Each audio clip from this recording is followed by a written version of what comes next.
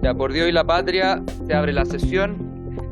Pueden tomar asiento. El acta de la sesión 44 se da por aprobada. El acta de la sesión 45 queda a disposición de las y los señores diputados. El señor secretario dará lectura a la cuenta. Hola, hola. Sí, sí, que se prenda el Zoom. O sea, ya están los invitados, están todos por no, tenemos hola, tenemos a la defensa, eso, a migraciones, pero los demás deberían estar. Ahí está Álvaro del Olio, lo veo. También. Ok, entonces seguimos y de lectura a la cuenta, señor secretario. Gracias, señor presidente. Damos cuenta de los siguientes documentos que han llegado a nuestra comisión. Correo electrónico de la vocera del movimiento Delincuencia Cero, señora Macarena García Huidobro, por el cual solicita concurrir a la comisión junto con los concejales de las comunas de Las Condes, señor Patricio Bob, de la Florida, señor Felipe Mancilla, y de Talca, señor Ervin Castillo, para exponer sobre los hechos de delincuencia, violencia y terrorismo que afectan a diferentes regiones y ciudades del país. Remite al efecto una propuesta sobre plan de autopista segura, seguridad municipal y porte de armas, Fondo Común Municipal de Seguridad Pública. Es una petición que hacen y finalmente una excusa de la señora ministra del Interior por tener problemas de agenda propias de su ministerio, y vendrían, ella informa que vendrían el señor, el director nacional de Migraciones y Extranjería, el señor Luis Taller, a exponer. Esa es toda la cuenta, señor presidente. Gracias, señor secretario. Ofrezco palabras sobre la cuenta. No existe de forma telemática nadie que... No hay nadie, ningún diputado, palabras sobre la cuenta. Entonces yo voy a manifestarme con respecto a una cosa. Esta sesión se tenía clara desde la semana pasada. Estamos hablando un proyecto que quizás no le gusta al Ejecutivo, pero no por eso va a dejar de estar presente la ministra del Interior. ¿A quién envió la ministra del Interior entonces para reemplazarle a su secretario? ¿No escuché bien? Más que en su reemplazo dice que asistirá don Luis Taller, director nacional del Servicio Nacional de Migraciones. Independiente de cualquier cosa, le pido por favor tome asiento, señor Luis Taller. Debería por lo menos haber estado un subsecretario, debería haber estado una persona que pudiera no solamente ver el área de migraciones específico, sino que también en términos de toma de decisiones y una visión más general a lo que es el ministerio. Pero dado esto, vamos a seguir tramitando el proyecto. Antes de pasar a la discusión del proyecto y ofrecer la palabra a los presentes. 2 segunditos, secretario. Nosotros teníamos otro proyecto que, por ser esta una sesión extraordinaria y no ser ordinaria, ser una especial, no podemos tramitar el proyecto en fácil despacho, que tiene que ver con el llamado criterio Valencia. Por lo tanto, como es de fácil despacho y hay 30 minutos, lo que tomo a decisión como presidente es que cualquier invitado que ustedes quieran, a mí también me encantaría que vinieran un par de invitados, se pudiesen hacer llegar de manera escrita las consideraciones para poder discutir con esas consideraciones nosotros por los 30 minutos y después votarlo el día miércoles. Dicho esto, no se va a conversar ese proyecto el día de hoy, sino que va a ser el día miércoles, y vamos a tener esta sesión específicamente para conversar entonces el boletín número 1526-1/25 en primer trámite constitucional. Tome el acuerdo entonces por lo que le dijo. Sigamos adelante, señor secretario, entonces, y empezamos. Presidente, sí, perdón, disculpe, la diputada, discúlpeme, tiene toda la razón. Gracias, presidente. Bueno, saludo a quienes nos acompañan de forma telemática, invitados, invitadas, y también acá presencial, al director del Servicio Nacional de Migraciones también. Gracias por estar aquí. Presidente, es una consulta nada más, como a modo de orden. Sí. Hoy día nosotros teníamos calendarizado a varios invitados. Quisiera saber quiénes están presentes, quiénes podrían haber dado sus excusas correspondientes y ver cuánto tiempo tiene cada uno para exponer, cuánto tiempo vamos a destinar a preguntas. Lo digo para que después, en el fondo, exista claridad para quienes exponen, que son invitados nuestros al final de esta comisión, y también para que nosotros como diputados y diputadas tengamos tiempo suficiente para hacer consultas y tener retroalimentación. Me parece que o sea, y entiendo que esa no es el sentido que solo hayan Pasa, Flaco. exposiciones sin tener posibilidad de generar la interacción necesaria para que recojamos todos los elementos al momento de hacer esta tramitación. Gracias. Tiene toda la razón. Nosotros ya habíamos tomado un acuerdo y sirve también para poner en consideración a los expositores. Habíamos tomado un acuerdo de 10 minutos por expositor. Eso es lo que habíamos quedado, teniendo en cuenta que hay muchos expositores. En cuanto a las preguntas, lo que propongo yo es que se pueda hacer después de cada exposición, se puedan hacer una pregunta, entendiendo que, o una intervención, no le voy a decir una pregunta, claro, una intervención por diputado donde va a poder presentar 2, 3 preguntas si es que es necesario, y de esa forma vamos dándole agilidad al proceso, pero se mantiene obviamente el derecho que tiene todo el diputado de poder expresarse y poder preguntar a los expositores. ¿Les parece para tomar el acuerdo? Se toma el acuerdo entonces. Ok. ¿Le digo lo que están, presidente? Y ahora el secretario va a decirnos cuántas personas tenemos para la exposición de hoy. Presidente, brevemente, para que partamos con las exposiciones, está el director nacional de Servicio de Migración, el señor Taller, está el ex gobernador del Tamarugal, el señor Natán Olivos, el fiscal jefe de Antofagasta, señor Castro, el ex director del Servicio Nacional de Migración, el señor Álvaro Velorio, don Ignacio Isman del Servicio de Jesuita, que está presencial, el señor Bustos también. Sí está el señor Bustos. En telemática, pero está telemática, sí está telemática. Y el señor Hurtado no está. No, sí Sí, está. pero estaban. Sí está. Velorio Sí está Sí está. y Bustos también está. Nos pidió ingreso por Zoom, no sé si se ven. Ok.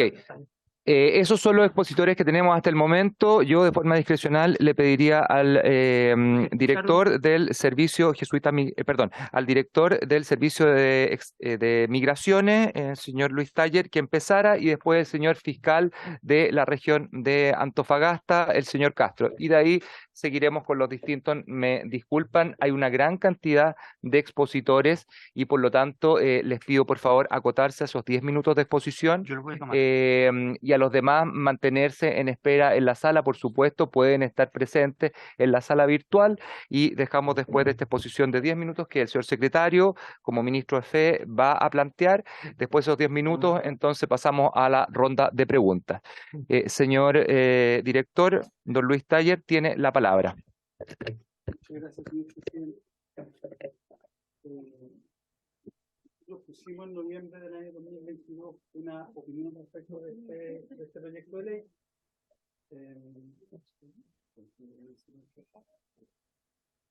Que va en la línea, perdón. Gracias. Que va en la línea de lo siguiente, ¿ya?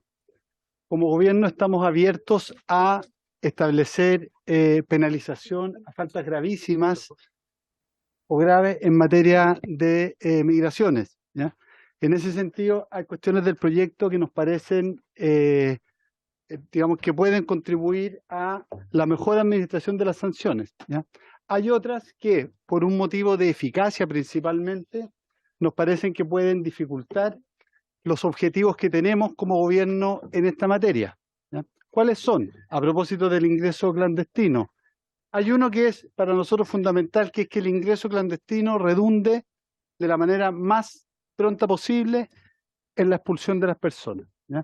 Y en ese sentido tenemos algunas observaciones respecto de la propuesta, ¿ya? Si bien, insisto, nos parece razonable establecer y abrir una discusión en torno a penalizar algunas faltas migratorias graves, hay otras cuestiones que por una cuestión de eficacia en la implementación de la medida pueden perjudicar el objetivo de materializar expulsiones en el plazo más breve, ¿ya? Entre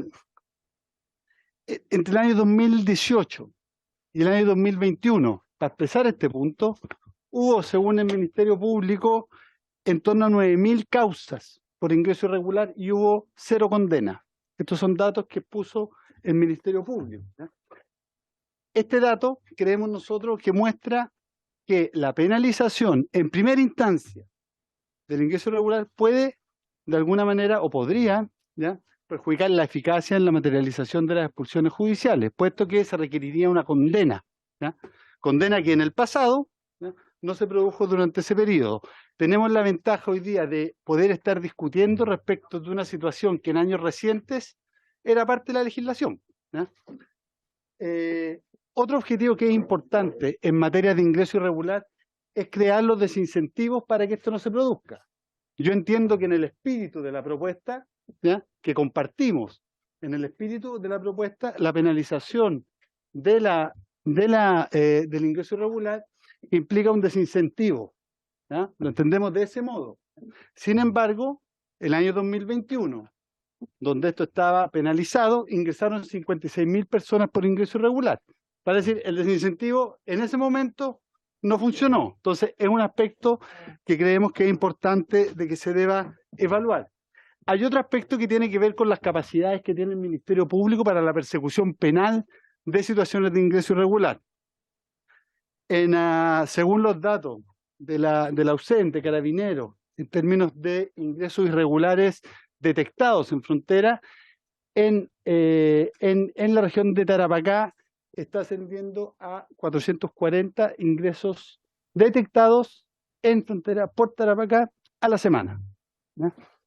Estos son datos de los 444, lo que implica un 54% menos de lo detectado en el primer trimestre del año 2021. Vale decir, dicho sea de paso, hay un impacto, creemos nosotros, que tiene que ver con la presencia de las Fuerzas Armadas a partir del proyecto de infraestructura crítica. Estos 400 casos semanales implicarían una carga de persecución penal para la Fiscalía de Tarapacá respecto de esto. Yo sugiero, humildemente, señor presidente, que se haga la consulta a la Fiscalía de Tarapacá o al Ministerio Público respecto de la capacidad que hay en la Fiscalía para aumentar la persecución penal respecto en esta magnitud, ¿ya? Yo entiendo que es una Fiscalía unipersonal, ¿ya? Y estamos hablando de una región donde el crimen organizado ha crecido sustantivamente en el último tiempo. Nos contaba, perdón, el fiscal nacional que había mandado un grupo especial de 9 fiscales de alto hospicio por una situación en particular. Pero solo alto hospicio. Claro, este sería más bien, bueno, es la capacidad de persecución penal de la región, porque Claro. supuestamente serían causas que se van a dar ahí. Hay otro aspecto que a nosotros nos parece que es importante poner sobre la mesa. El gobierno ha iniciado un trabajo con Bolivia a propósito de la reconducción. Según la Policía de Investigaciones, datos de este fin de semana, a la fecha, desde enero del 2023 a la fecha, se han materializado 3.196 reconducciones, de las cuales 1.931 se han realizado en la región de Tarapacá y 1.254 en la región de Arica. La penalización del ingreso clandestino, hay que considerarlo, implicaría que en primera instancia estos 3.000 causas serían causas penales que tendrían que ser perseguidas y estas personas estarían siendo procesadas y recluidas probablemente en recinto carcelario. Eso respecto de los últimos 3 meses. Entonces, la idea de penalizar en primera instancia nos parece que debe dialogar o debe ser reflexionada en términos de qué ocurre con la reconducción. Si queremos que siga aplicando la reconducción, ¿qué pensamos como gobierno? Pensamos como gobierno que el objetivo de expulsar en el más breve plazo, ¿ah?, de la manera más eficaz, es un objetivo al que contribuye la reconducción. ¿Qué pensamos? ¿Cuáles son las líneas, ¿ya?, o los aspectos que nosotros consideramos relevantes de considerar también en esta discusión, buscando elementos de consenso, que creo que hay espacio para hacerlo, ¿ya? Primero que nada, destacar que mañana y el miércoles se votarán 3 proyectos que buscan facilitar los procesos de materialización de expulsión administrativa, como son el proyecto presentado por el gobierno, que facilita, que cambia, modifica las formas de notificación, y ya fue aprobado por el Senado y fue aprobado por la Comisión de Gobierno, y eso va a permitir que los procedimientos de expulsión puedan ser materializados con mayor eficacia. Luego se aumentan las atribuciones de carabineros para que puedan hacer control migratorio. Hoy día sabemos que es una facultad que tiene la Policía de Investigaciones, un proyecto que presentó la diputada Joana Pérez y que el gobierno ha apoyado. Y luego el plazo de detención, la reforma constitucional, una propuesta de la senadora Ellsberger, que el gobierno también ha apoyado en el Senado. El proyecto Joana Pérez, porque me acaba de escribir Sí. hace poquito ella, ¿le va a poner urgencia al gobierno?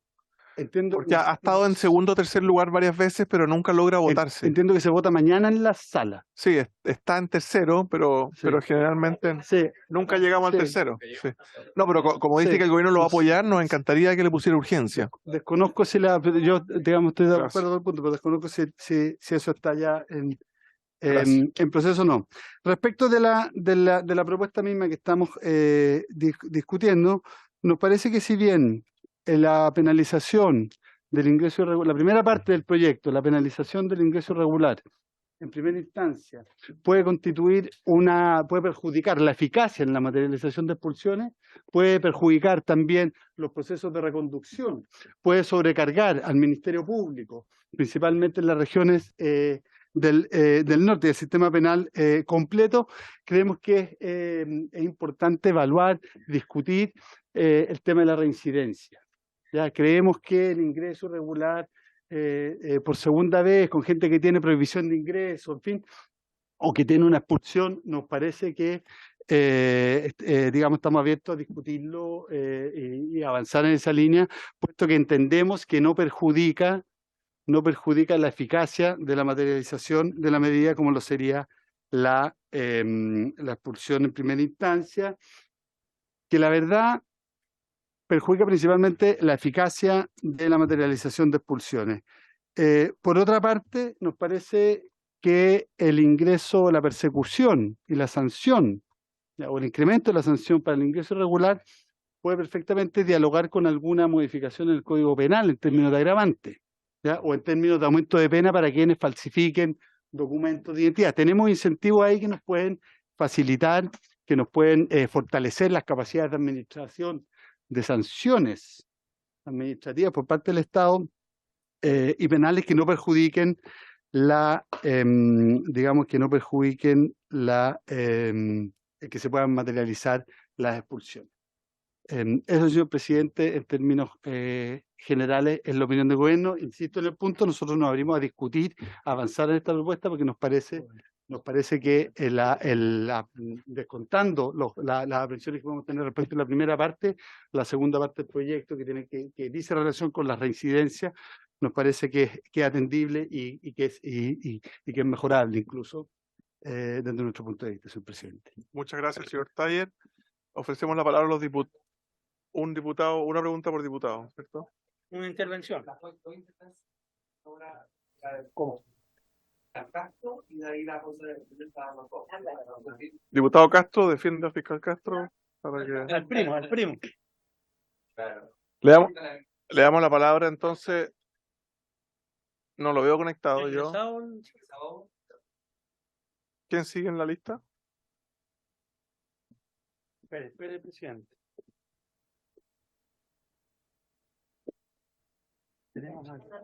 No sé si leyeron la excusa de la ministra del Interior, pero a mí también me llamó la jefa de gabinete. Me llamó la jefa de gabinete para alertar que no podía. Natán Olivos, podría hablar. Señor Olivos, le ofrecemos la palabra hasta por 10 minutos. Muchas gracias por acompañarnos. Bueno, muchas gracias por la invitación. Muy buenas tardes a todos y a todas. Bueno, yo en realidad lo que puedo aportar es un poco desde la mirada de la experiencia adquirida directamente en Colchane. A mí me corresponde asumir el cargo de gobernador en febrero del año 2021, cuando estábamos en una crisis, con uno de los meses con mayor cantidad de ingresos a la región. En ese momento teníamos alrededor de 5.000 personas apostadas en Colchane, entre personas adultas, niños, adultos mayores, y no había ninguna condición para poder atender, digamos, esta situación. Estaban todos a la espera de poder hacer los procesos administrativos con Carabineros. No teníamos aprobada todavía la nueva ley migratoria tampoco. Y comenzamos con un proceso, digamos, de poder generar algunas condiciones básicas que son las que se mantienen hasta hoy día. Como por ejemplo el campamento que se instaló ahí en la comuna de Colchane, puntos de hidratación, baños químicos, en fin, una serie de situaciones que fuimos desarrollando para poder atender en primer caso toda esta situación humanitaria que se produce producto de las condiciones también que tiene Colchane. Pero en realidad cuando uno entiende la magnitud del problema que se genera, y especialmente en las regiones como la nuestra, yo hablo desde la región, yo vivo acá, he sido autoridad acá también en la región, por lo tanto nos hemos visto gravemente afectados por toda esta situación y obviamente con muy pocas herramientas legales para poder hacer frente a una situación excepcional, porque lo que hay que entender es que esta situación es una situación absolutamente histórica y que está, digamos, a la par con la mayor migración en la historia, que es la migración siria. O sea, hoy día tenemos alrededor de 6,5 millones de venezolanos que han salido del país producto de la dictadura instalada en Venezuela. Por lo tanto, es de una magnitud mayor. O sea, si nosotros no hemos tenido más ingresos, ha sido básicamente por algunas acciones que se han podido tomar y que obviamente han tenido efectos disuasivos y efectos pero menores en la práctica.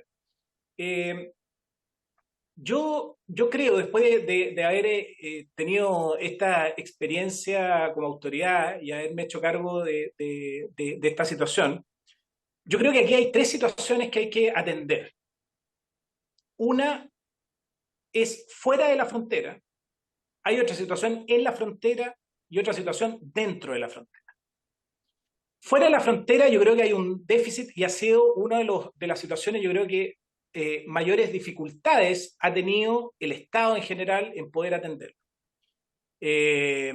Creo que no se ha condenado con fuerza la dictadura de Nicolás Maduro. Hoy día, por ejemplo, yo soy profesor, leía una noticia que planteaba UNICEF, por ejemplo, que se da cuenta de que hay alrededor de 3,7 millones de niños que se van a quedar sin estudio en Latinoamérica. Y todos ellos básicamente producto de estas migraciones masivas y personas que han tenido que salir, como es el caso principalmente de Venezuela. Entonces, ahí creo que hay un tema importante. También la coordinación con el resto de los países, porque ha sido, yo creo que Chile ha sido uno de los países bastante afectados con el tema migratorio, pero creo que todos los países de Sudamérica están un poco en condiciones también que han tenido que enfrentar una migración importante, y creo que no ha existido esa coordinación. Por lo tanto, creo que ahí hay un déficit importante y de lo cual se tiene que hacer cargo también Cancillería. Lo mencionaba ahí el director nacional de Migraciones con respecto también a la reconducción con Bolivia. Creo que las 3.000 reconducciones que ha mencionado básicamente se deben a ciudadanos bolivianos que cruzan constantemente. Y yo creo que hay que entender la lógica también de cómo funciona, principalmente en esta zona fronteriza. Porque muchas de estas personas, que son personas de pueblos originarios, ellos no tienen, digamos, muchos de ellos, esta costumbre de ingresar o salir por los pasos habilitados. Para ellos esto es un solo territorio, es su territorio, es el territorio aymara, y ellos cruzan y vuelven como si nada. Entonces, muchas de estas reconducciones son personas que han ingresado, que no han hecho el paso regular y que son devueltas a Bolivia. Por lo tanto, no tiene un efecto real en la migración importante que en la migración de otros países y principalmente de Venezuela. Por lo tanto, creo que ahí hay un trabajo importante que hacer desde el punto de vista de Cancillería. Ahora, en la frontera, en cuanto al control migratorio, una de las cosas que, bueno, que sorprende principalmente aquí en la región, es que durante un año el gobierno, habiendo podido, por ejemplo, aplicar un estado de excepción, no lo haya hecho. Porque el director nacional de migración ahí plantea que el gobierno ha bajado en un 54% el ingreso irregular producto principalmente de la aplicación de un estado de excepción con el apoyo de militares ahí en la frontera, de las Fuerzas Armadas. Recordarle que nosotros también lo hicimos con el decreto 265, y nosotros tuvimos un 90% de baja desde febrero del 2021 a marzo del 2021. Pasamos de tener alrededor de más de 6.000 ingresos a 600 en el mes de marzo. Por lo tanto, es un efecto que obviamente genera una acción disuasiva en la frontera, pero que no es definitoria, porque eso en realidad no va a solucionar, ni mucho menos, este problema, porque eso se tendió a una baja durante un periodo importante, pero luego, desde octubre, noviembre, siempre se tiende a subir de manera importante. Yo creo que el problema más grave está dentro de la frontera y eso tiene que ver con lo que se discute hoy día aquí en esta comisión, que tiene que ver con el aspecto legal. Porque cuando uno está en el Poder Ejecutivo, como fue el caso también de nosotros, creo que la falta de recursos legales para una situación absolutamente excepcional, como lo que ha ocurrido durante este último tiempo, creo que es absolutamente necesario contar también con medidas excepcionales. Yo creo que el penalizar, por ejemplo, el ingreso irregular, creo que es importante, porque finalmente uno tiene que también tener medidas importantes para este tipo de situaciones. Yo siempre digo, las leyes finalmente no son solamente para sancionar a una persona, son básicamente para que cualquier persona, entendiendo que la ley es bastante estricta en cierto tema, tome las medidas correspondientes y no cruce la línea, no rompa, digamos, la normativa vigente. Por lo tanto, creo que es importante contar con esas herramientas, porque uno se encontraba, esto en efectos prácticos, porque también se puede hablar mucho desde el ámbito de la teoría, pero en la parte práctica, creo que uno se da cuenta de tantas situaciones que ocurren ahí en el ingreso. Nosotros tuvimos incautaciones todos los días de armas, por ejemplo, personas que ingresaban con armas. Teníamos también personas que ingresaban sin ningún tipo de documentación. Hoy día incluso se ha visto falsificación de documentos que se los venden en otros países, como Perú, Bolivia, y son personas que uno no tiene ningún tipo de conocimiento de quiénes son. Teníamos también personas que habían cometido delitos en otros países, y sin embargo, nuestra ley está absolutamente coja en ese sentido, y tú no puedes aplicar ninguna otra. Esas personas ingresaban, hacían su estadía, en ese momento estábamos en plena pandemia, hacían su estadía sanitaria y luego podían circular libremente por nuestro país. Por lo tanto, creo que es urgente y necesario tener una herramienta como, por ejemplo, que sea penalizado el ingreso regular, porque finalmente lo que se busca a través de la ley migratoria es que las personas ingresen al país por la vía regular. Es decir, que hagan los trámites necesarios para poder ingresar de manera adecuada y correcta a un determinado país, en este caso también al nuestro. Creo que el problema no es solamente menor. El otro día escuchaba también por ahí al señalar que esto no generaba, o la migración irregular no generaba un problema en la seguridad, aunque luego lo aclaró de alguna manera.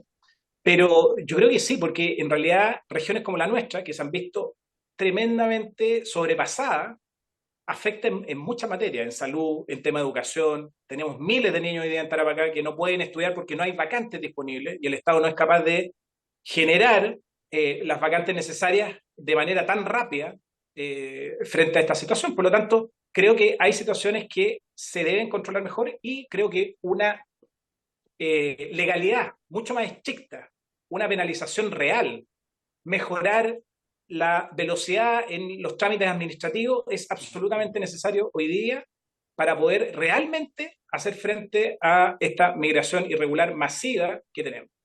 Muchas gracias, señor Olivos, exgobernador de la provincia del Tamarugal, justo en los 10 minutos, así que se lo agradezco mucho. Pasamos entonces a intervenciones de las señoras y señores diputados y luego seguimos con dos invitados más. Ofrezco la palabra, diputado Longton, diputada Navellán, diputado Castro.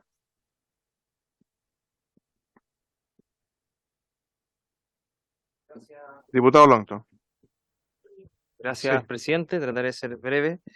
Darle la bienvenida al director de Migraciones, también a Nathan Olivo. Ahí sí. Pregunta para el director de Migraciones, un poquito para contrastar lo que él señaló respecto al decreto ley. El decreto ley en la práctica no se aplicaba porque no era una ley. Y los jueces interpretaban que como no era una ley, no se aplicaba. Porque un decreto ley no tiene el mismo rango de la ley. Y en la práctica, la verdad es que muy pocas personas fueron formalizadas, o casi ninguna, precisamente porque no tenía aplicación en la práctica, porque fue dictada en otra época y no con una ley como correspondía. Entonces, en la práctica eso es lo que pasaba, por eso dicha ley no se aplicaba. Por otro lado, y que además iba a estar sujeto lo más probable a un control de inconstitucionalidad en el Tribunal Constitucional, de inaplicabilidad. Así que, bueno, eso, zanjado eso. Por otro lado, el tema de la reconducción. Usted señaló que esto podría dificultar la reconducción. Esto tiene una pena que es muy baja, que es de 61 a 540 días. Por lo tanto, lo más probable es que acá aplique el principio de oportunidad. Es decir, el fiscal, mediante un llamado, puede decir, si es que la mejor opción es reconducir a la persona, se puede reconducir a la persona, en vez de someterlo a un control de detención y un procedimiento judicial. Por lo tanto, eso aplicaría en la práctica. En la práctica, las reconducciones no se producen, porque más del 93% de las personas ingresan por Bolivia. Y yo recuerdo, director, que usted dictó una resolución para que no se siguieran con las reconducciones a Bolivia. Por lo tanto, en la práctica, dichas reconducciones no se están realizando porque Bolivia no acepta ciudadanos que no sean bolivianos. Entonces, en la práctica, ingresan a Chile, se les toman los datos y esa persona ingresa al país y después es muy difícil de encontrar. Entonces, ¿por qué es importante el tipificarlo como delito? Porque se le hace un control de detención, se le enrola a través de un procedimiento abreviado y un procedimiento que además no solamente va a contar con los datos, sino que va a tener la oportunidad de expulsarlo más rápido porque va a estar dentro del sistema. Y eso obviamente, y usted bien lo dice, puede generar un efecto disuasivo importante. Cuando se dictó la ley de infraestructura crítica, donde permitió a las Fuerzas Armadas, en 5 días hubo 4.520 controles de identidad. Se tomaron los datos y esas personas quedaron en nuestro país. Las reconducciones y expulsiones fueron 0. Por lo tanto, en la práctica, eso está produciendo un problema mayor porque el riesgo de que esas personas vengan a cometer delitos no es menor, como lo hemos visto en el último tiempo. Entonces, presidente, nosotros vemos con mucha preocupación lo que ha pasado en los últimos 3 meses. Hoy día el diario el Mercurio Santiago señala claramente que han ingresado 10.000 personas a nuestro país en solo 3 meses con las Fuerzas Armadas, porque recordemos que las Fuerzas Armadas hacen de aduana, o sea, las Fuerzas Armadas no pueden impedir que ingresen a nuestro país, puede ser disuasivo, pero ingresan igual. Y 7.563 son de nacionalidad venezolana. Entonces, yo le pregunto al director de Migraciones, ¿no será más eficiente este procedimiento que un procedimiento que arrojó como resultado que en el año 2022 ingresaran 53.000 personas de manera irregular y solamente se hayan expulsado 24 personas? Y de esas 24 personas solamente hayan sido 2 venezolanos de 40.000 que ingresaron, y que este año hemos llegado a 31, es decir, se han expulsado 7 solamente en este tiempo. Esa por lo menos la cifra que entrega la PDI, puede ser quizás 2 o 3 más, pero ¿no será más eficiente este procedimiento, que hay un enrolamiento, que hay un efecto disuasivo importante en materia penal y que además puede, a través de la Fiscalía, ejercerse un trabajo más eficiente a la hora de expulsar personas que, en definitiva, pueden venir a delinquir a nuestro país? Eso. Gracias, presidente. Gracias, diputado Longton. Diputada Navellán. Gracias, presidente. También al director, bienvenido y gracias por estar en esta comisión. Me llama la atención, no voy a hablar de cifras porque para eso está el diputado Longton, que se las maneja al revés y al derecho, pero me llama la atención porque usted nos plantea acá cuáles son los objetivos del gobierno respecto al tema de la migración y nos plantea que la expulsión rápida es lo que ustedes buscan, cosa que no se ha cumplido, no sé, es un objetivo pero no se cumple, pero que al mismo tiempo este proyecto de ley podría interferir en la rapidez de las expulsiones. Entonces, yo me gustaría preguntarle directamente cuáles son dentro de los objetivos de gobierno las soluciones, porque la verdad es que hasta ahora lo que hemos visto es que se ha hecho poco y nada respecto del tema, el problema sigue subsistiendo, tal como mencionó el exgobernador de Tamarugal. Esto no solo tiene incidencia en lo que es seguridad, también en lo que es educación, en lo que es salud, en lo que es vivienda, en todos los aspectos de la vida, y donde claramente hay personas chilenas que se están viendo afectadas por esto, niños chilenos, familias chilenas. Entonces, dado que el objetivo de ustedes es la expulsión rápida, y dado que ustedes consideran desde el gobierno que este proyecto de ley puede interferir con esa rapidez, Me gustaría saber cuál es la propuesta del gobierno respecto al tema, para que esto realmente se produzca y no como hasta ahora que ha sido bonitas palabras, pero nada concreto. Gracias, presidente. Gracias, diputada. Vamos a contar tres y de ahí le damos, diputado Castro, tiene la palabra. Gracias, señor presidente. La verdad es que me preocupa mucho este tema porque para mí hay algo bien claro. O sea, yo no tengo ningún tapujo, ningún complejo en legislar con respecto a esto, debido también a que a nivel internacional hay países como Australia, Corea del Sur, Italia, Japón, que consideran como un delito el ingreso de forma ilegal a su país. Me preocupa mucho también porque hemos visto siempre, y aquí soy muy crítico de su gestión, con todo respeto, se lo digo, señor director, por su intermedio, presidente, porque el número de salida de forma administrativa es bajísimo, es bajísimo. Entonces, si ese es el feedback que tenemos de una dirección de migraciones, realmente no nos quedan muchas otras salidas más que esta. ¿Les gustará a alguno o no les gustará? Y la verdad es que yo veo que hemos tenido tan malos números, independiente incluso de su gestión, sino que hacia atrás, que realmente necesitamos darle un vuelco a esto y creo yo que este proyecto viene a beneficiar.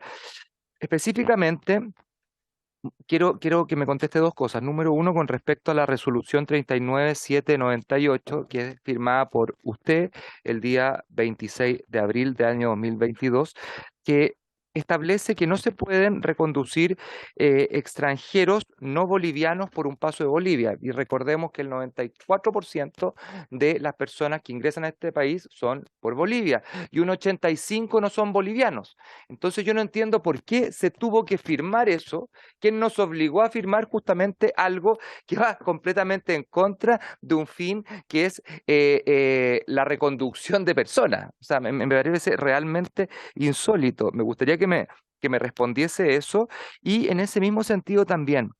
¿No le ve un acto disuasivo al hecho que estemos legislando en esta línea de generar como un delito? O sea, cuando yo sé que si entro a la casa de tal persona, eso va a ser un delito, ¿no es eso un efecto disuasivo? Así yo entro a la casa de esa persona y es simplemente una falta, me van a decir, ¿sabe qué? No está bien lo que usted hizo y punto. Esas son mis dos preguntas, señor Gracias, director. diputado. Gracias. Si les parece, otra diputada más, diputada Fríes, y después le damos a los invitados respuesta y seguimos con las exposiciones. Diputada Fríes. Gracias, presidente, y saludar al director de Migraciones y darle la bienvenida.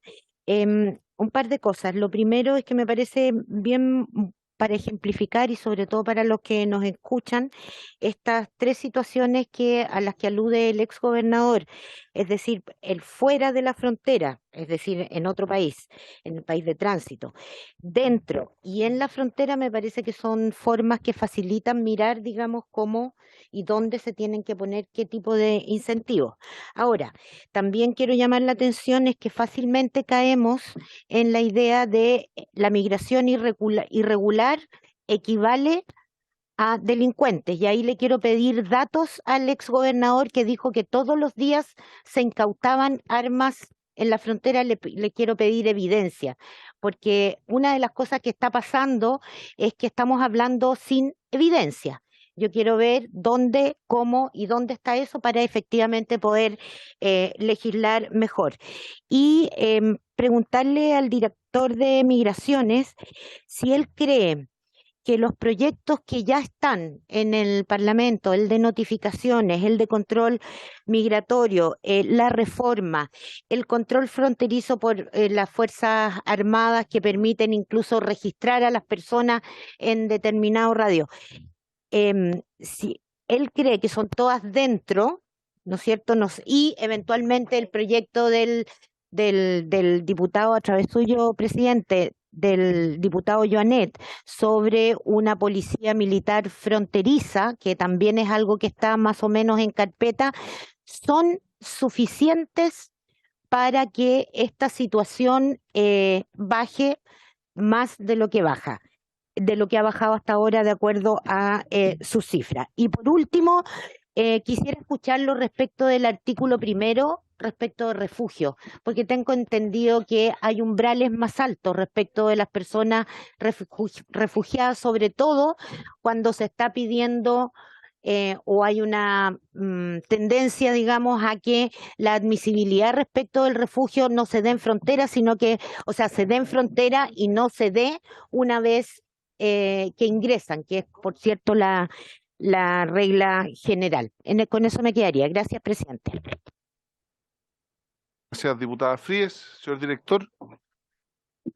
Gracias, señor presidente.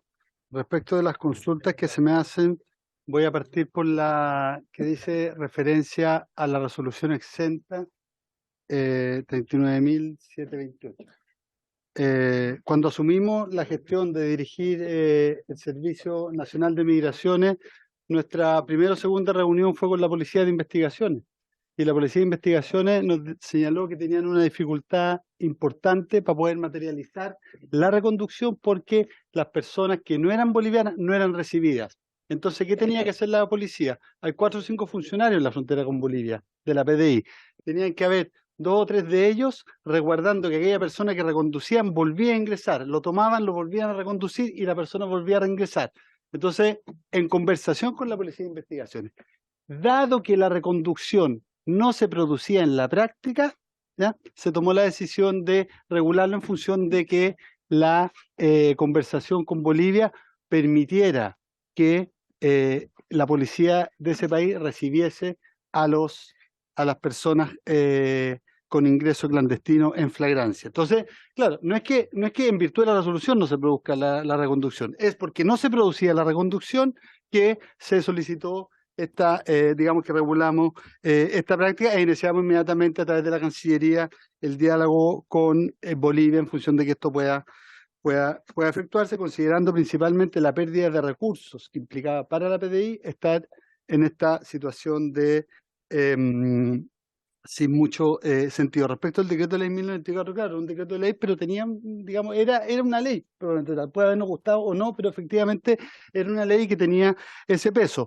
Consideramos que además de la discusión, dada la dimensión penal que esto tiene y dada la referencia y la importancia que tiene los tribunales de justicia, yo sugeriría hacer una consulta a la Corte Suprema respecto de este proyecto, ¿ya? En función de que estamos eventualmente suponiendo reacciones de los tribunales de justicia de las cuales no estamos con certeza. Sugeriría una consulta en ese sentido. Nosotros no estamos, esto es importante esto respecto a las cifras, nosotros no estamos en una competencia respecto a quién expulsa más. El año pasado se expulsaron 1.070 personas, ¿ya? ¿Ah? No, 1.070 personas, de las cuales 31 eran judiciales. Este año llevamos a la fecha 51, con un esfuerzo, con una ley que es compleja. Si es así, son los datos de la Policía de Investigaciones. El año 2021... Evitemos el diálogo. 31. Tendrá derecho a pedir la palabra, diputado Lonto, ningún problema. La Policía de Investigaciones nos ha informado a la fecha 51 expulsiones judiciales de enero a abril 2020, perdón, administrativa. Son casi 300 las judiciales.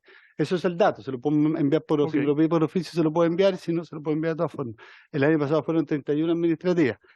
Entonces es importante señalar que se está haciendo el esfuerzo. ¿Qué estamos haciendo respecto de las expulsiones administrativas? No solo hemos presentado un proyecto de ley para facilitar los procesos de notificación, que esperemos se apruebe esta semana en la Cámara y sea ley. ¿Que lo va a resolver todo? No lo va a resolver todo.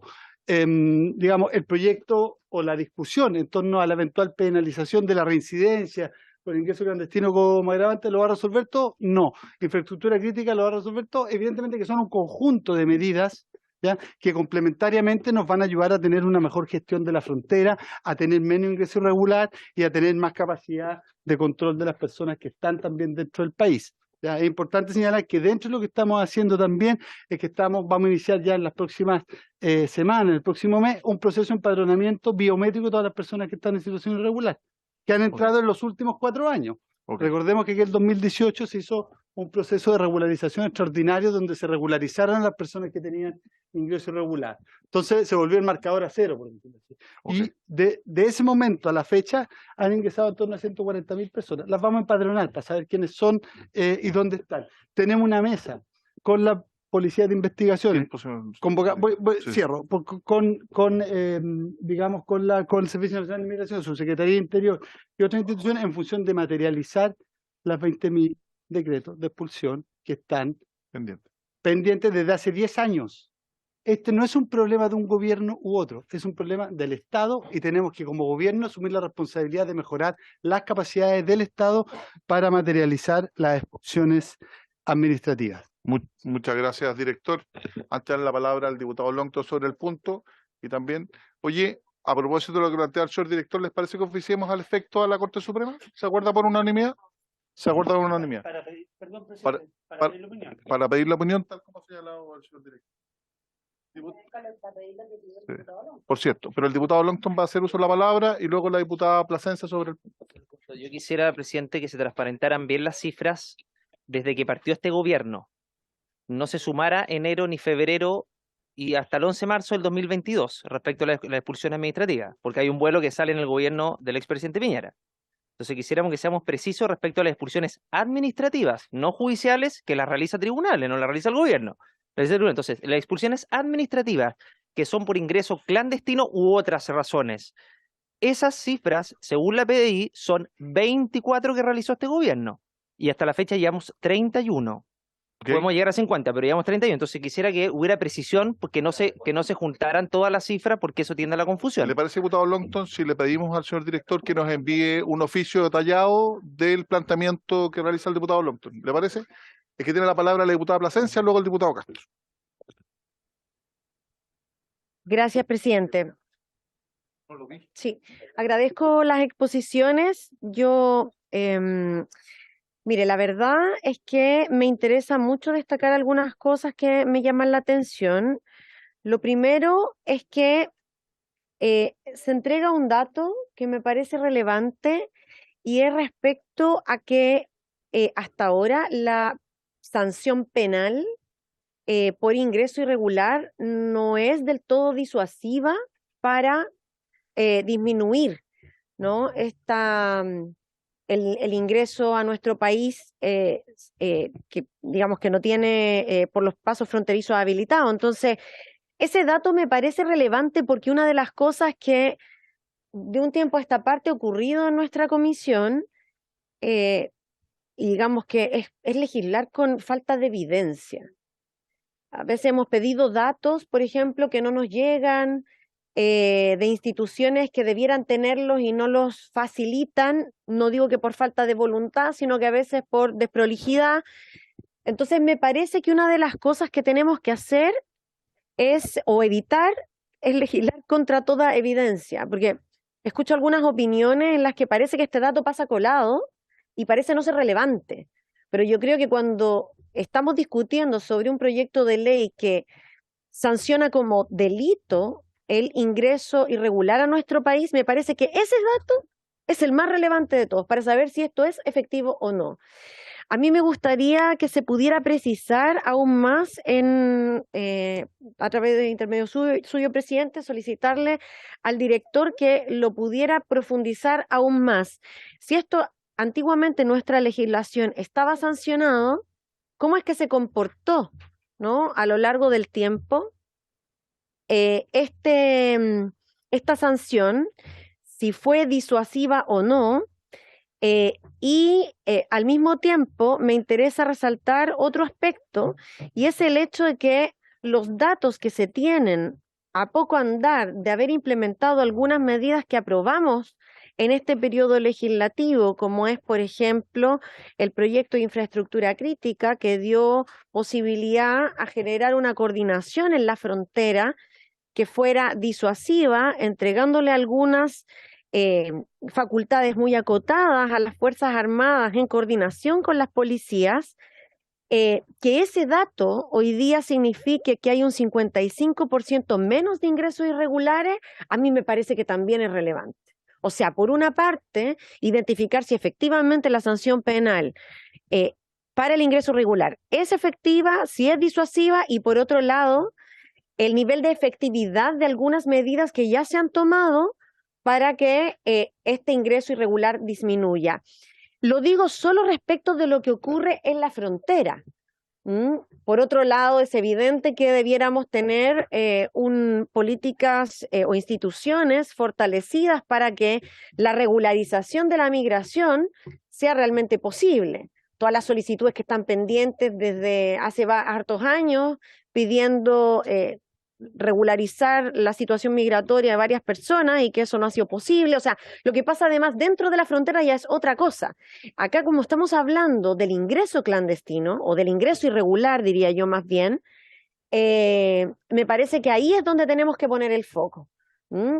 Gracias, Diputado presidente. Araya, y vamos a la ronda de diputados y después diputado Leiva. Es que se nos va el tiempo y tenemos 3 invitados más.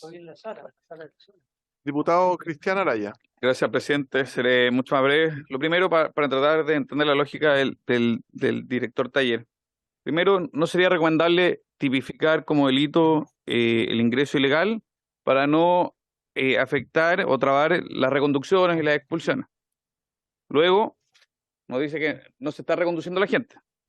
Y finalmente, que a la gente que se reconduce vuelve a ingresar. O sea, no sé si tengo un salto lógico en el proceso.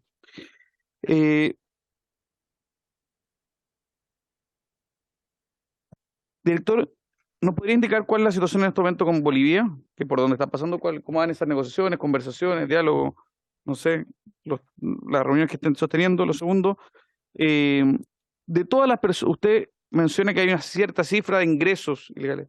¿Cómo se establece cuánta gente ha ingresado ilegalmente? Porque, en el fondo, ¿a quién te pasa? No hay un señor haciendo el censo a ver cuántos están pasando. ¿Cómo llegan a esta cifra? Porque a veces uno sale a la calle y uno diría, yo creo que son más. Pero solo olfato, es una sensación ambiente. ¿Cómo llegamos a esta cifra?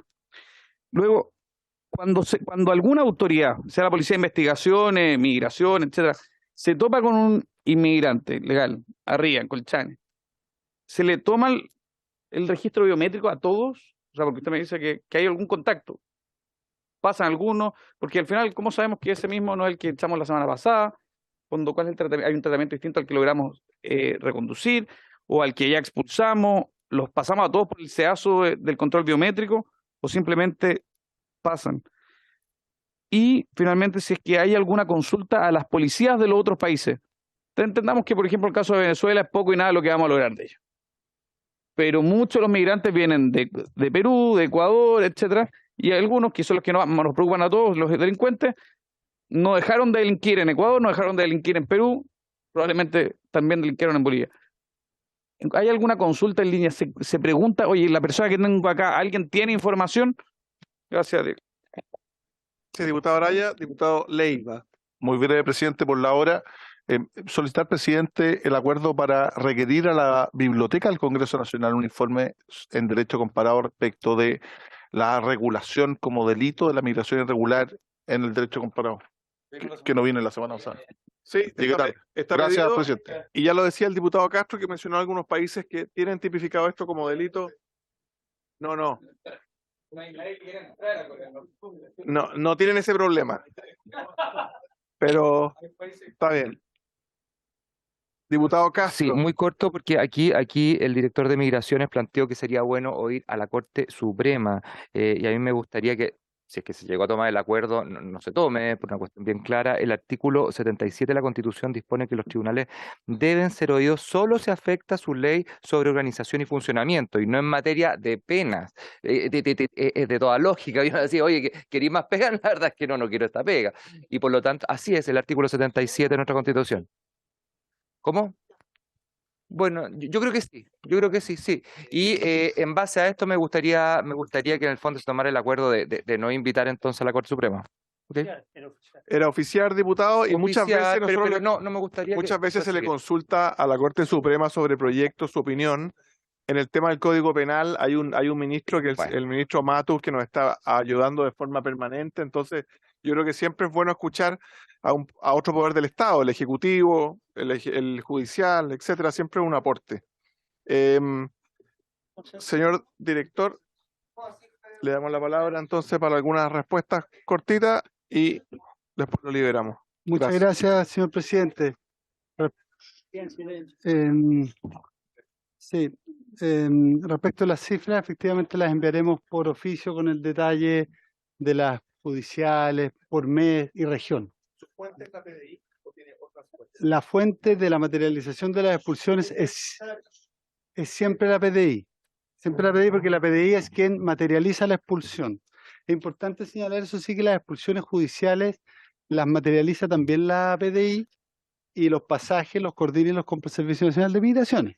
¿Ya? La diferencia entre la judicial y la administrativa en términos del procedimiento es que el dictamen es judicial de las expulsiones judiciales y el decreto de expulsiones administrativas en el caso de las administrativas. Ya nosotros hemos firmado más de 2.000 decretos de expulsión administrativa el año 2022. Tenemos un problema no con esa parte, tenemos un problema con la materialización. Nuestro diagnóstico es que eso se debe principalmente a la dificultad para notificar a las personas, que es nuevo respecto de la antigua ley, procedimiento de notificación de las expulsiones, y por otro lado nos parece que es importante la ampliación del plazo de detención de las expulsiones administrativas, puesto que para trasladar a una persona de región con vuelo interno, hacer toda esa coordinación, un plazo de detención para la materialización puede favorecer.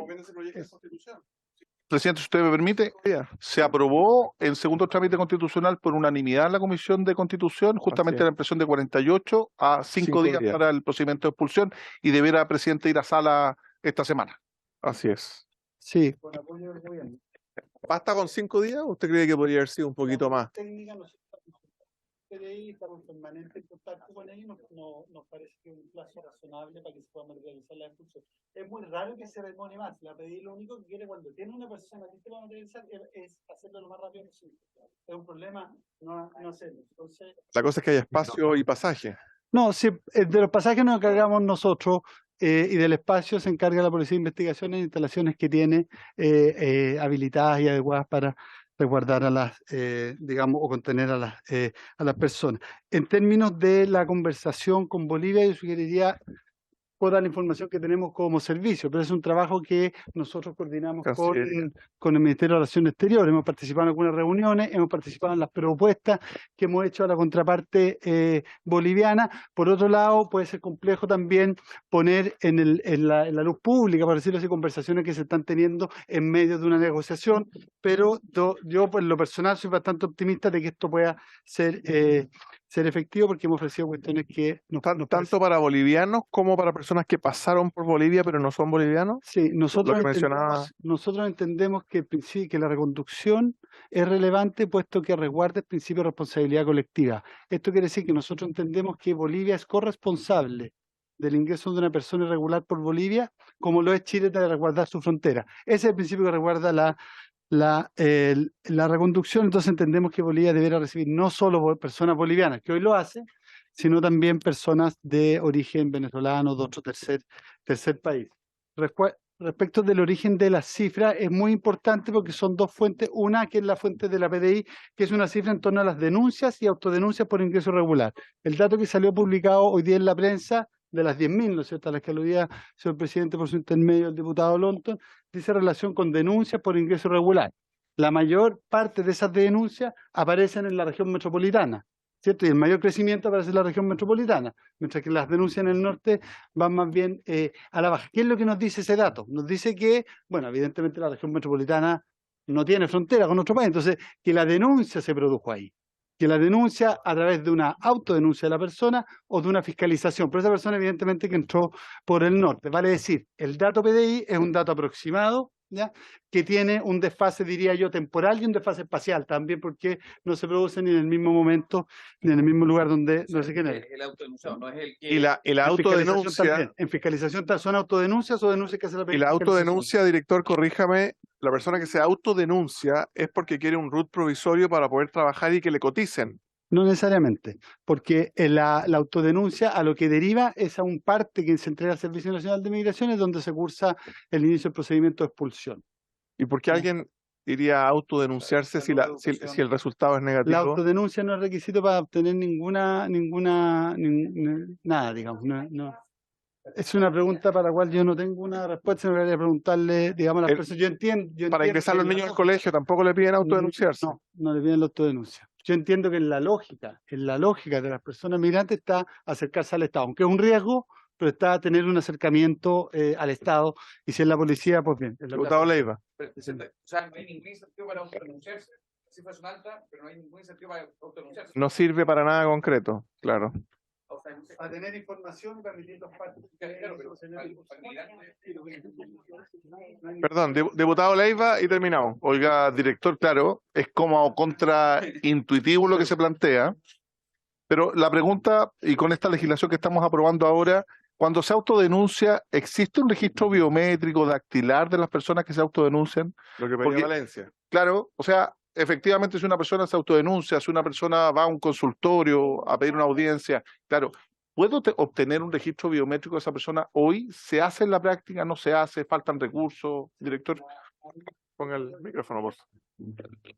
Dos cosas respecto de esa consulta. Uno, el artículo 44 de la Ley de Extranjería e Migración establece el proceso de enrolamiento de las personas. ¿Qué es lo que es el enrolamiento? Un mandato legal que tiene registro civil, que es que las personas que lleguen a cualquier servicio público en situación de irregularidad, ese servicio debe solicitar el enrolamiento, ¿ya? La instrucción que señaló y que después bajó a la Fiscalía Regional, el Sección Fiscal Nacional, dice relación con los imputados que pasan por el Centro de Justicia, ¿no es cierto? Entonces ahí claro, la bajada de instrucción es que en el Centro de Justicia haya una de funcionario de registro civil.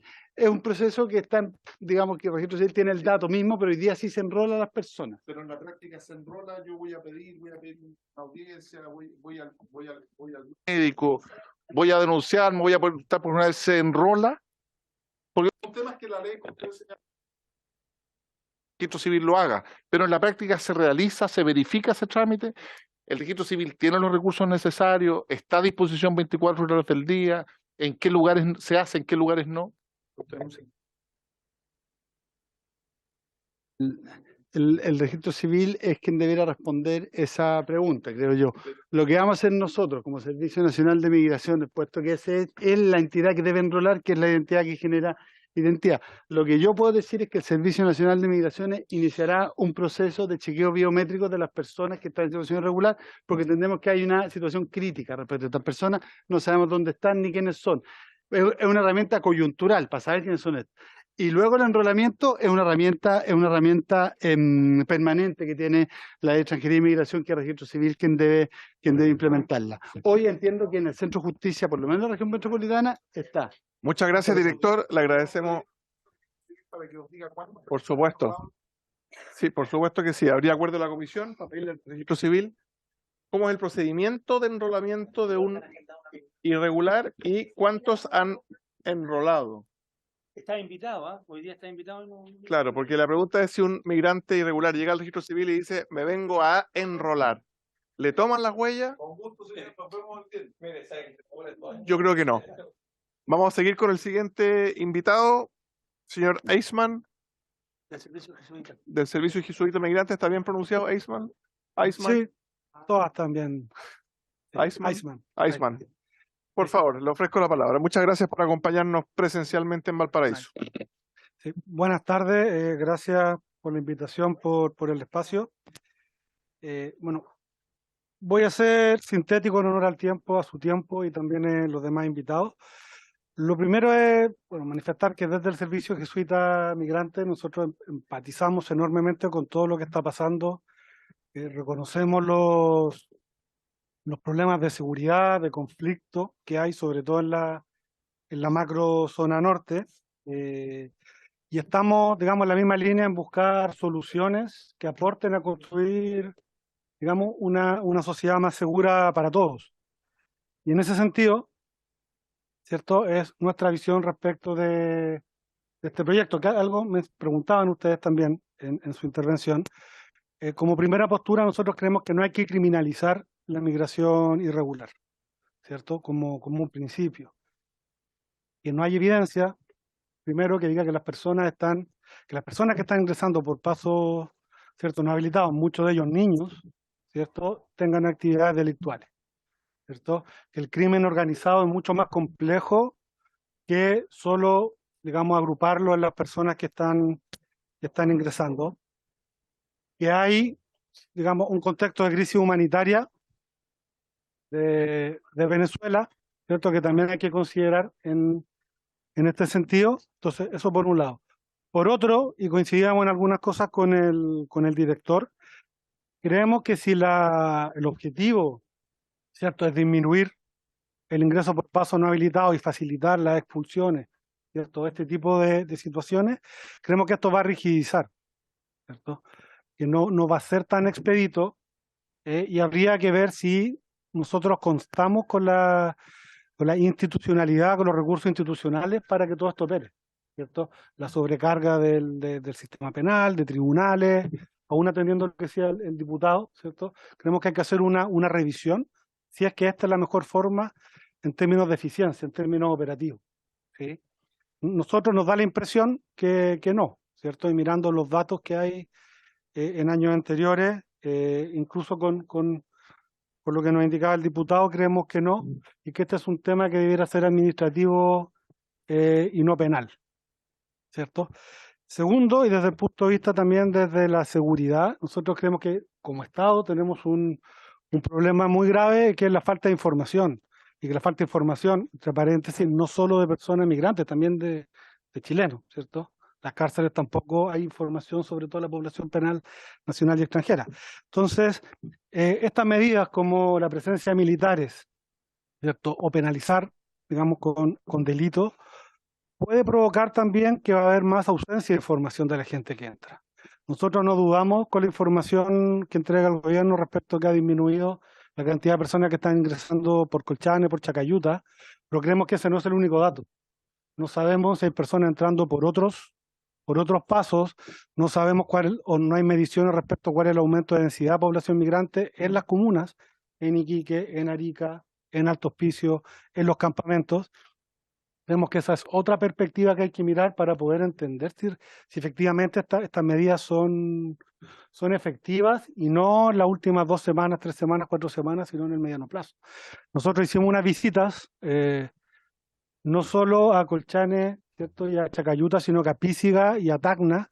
Y por ejemplo, la población que está quedando en situación de calle allá también es una bomba de tiempo respecto de qué va a pasar o cuándo se van a movilizar, digamos. Está habiendo un agolpamiento al otro lado de nuestra frontera. También lo que pasó entre fronteras, en Colchane, también en Perú, que creemos que hay que considerar. Y como último punto, que para nosotros también es muy importante respecto al proyecto, es cómo estamos considerando el reconocimiento de la condición de refugio, ¿sí? Y como primer dato, tener en cuenta que como país nosotros no reconocemos muchas condiciones de refugio. No es algo que haya estado operando y que digamos que reconocimos una cantidad abismante de situaciones de refugio y que no operaban. Son muy pocas. Del año 2020-2021 fueron menos de 20, menos de 10 en otros años. Y estamos en un contexto de crisis humanitaria.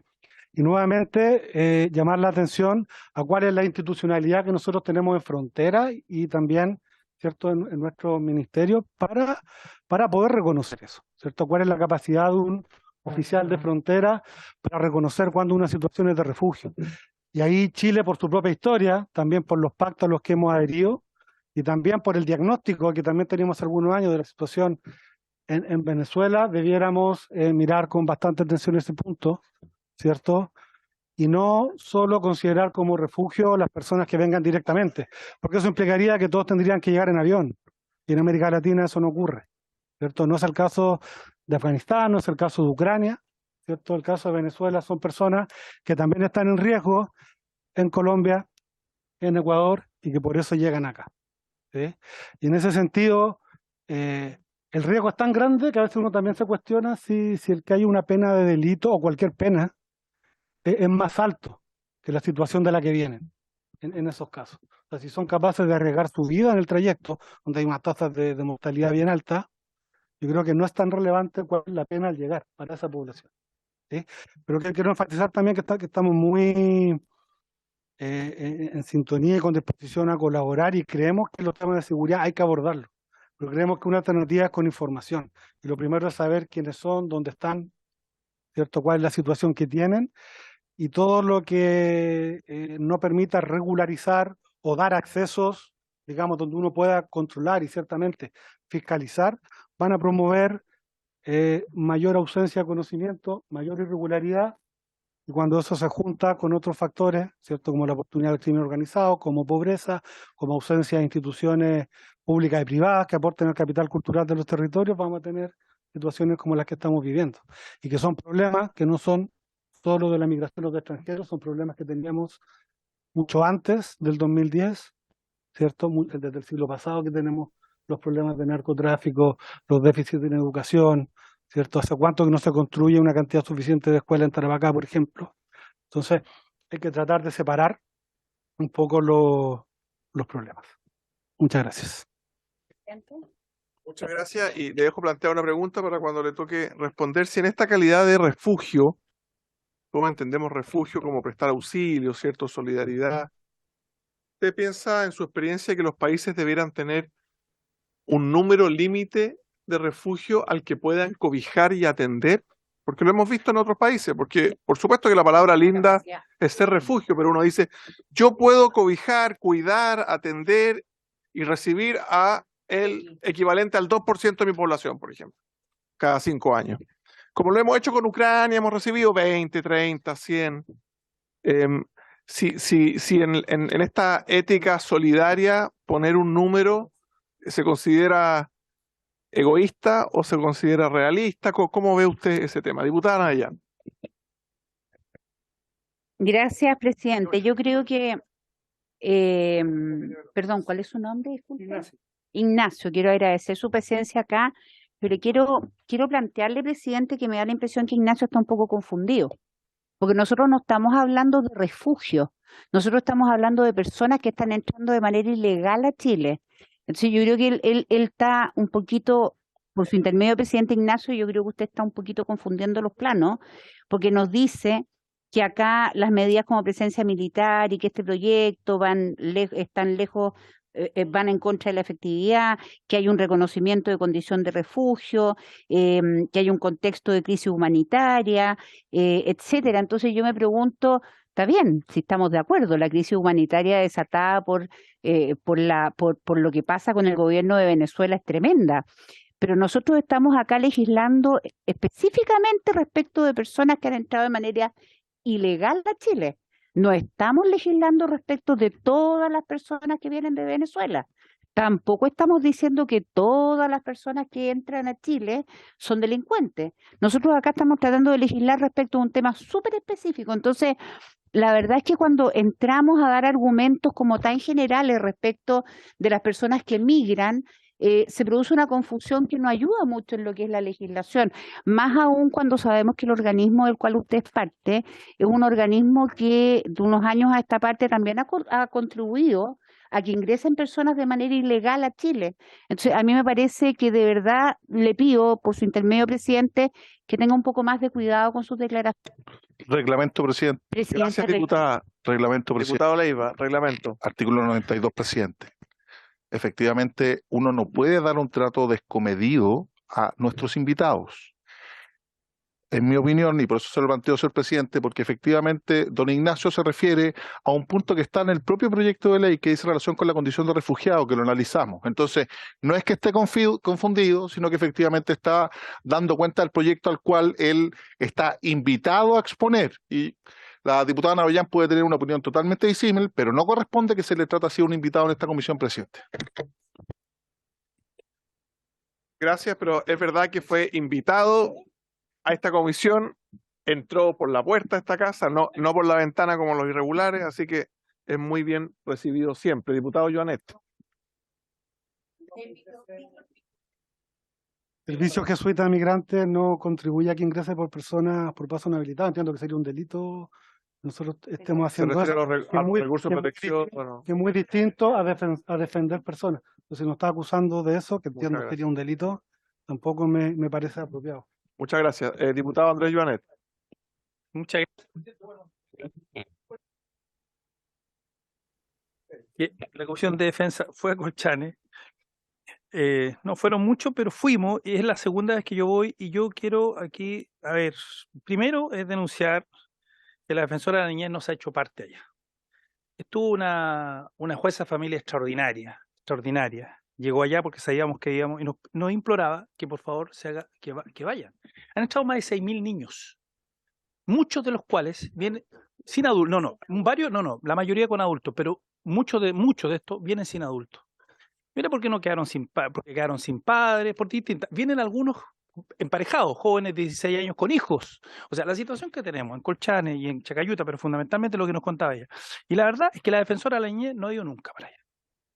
Y entonces, la defensoría de la niñez. No, la defensoría de la niñez. No, entonces, yo digo, o sea, son niños y nos mostraron niños. O sea, y más allá de su origen, del país que viene, por favor. O sea, si tenemos instituciones, institucionalidad, no solamente para cuando ocurren hechos que son mediáticos, etcétera, tiene que estar la Defensoría del Niño. Lo digo muy responsablemente porque esta jueza que estuvo allá, y no me voy a alargar, después conversaremos en la sala, en fin, nos pareció extraordinario el trabajo que hace con los carabineros.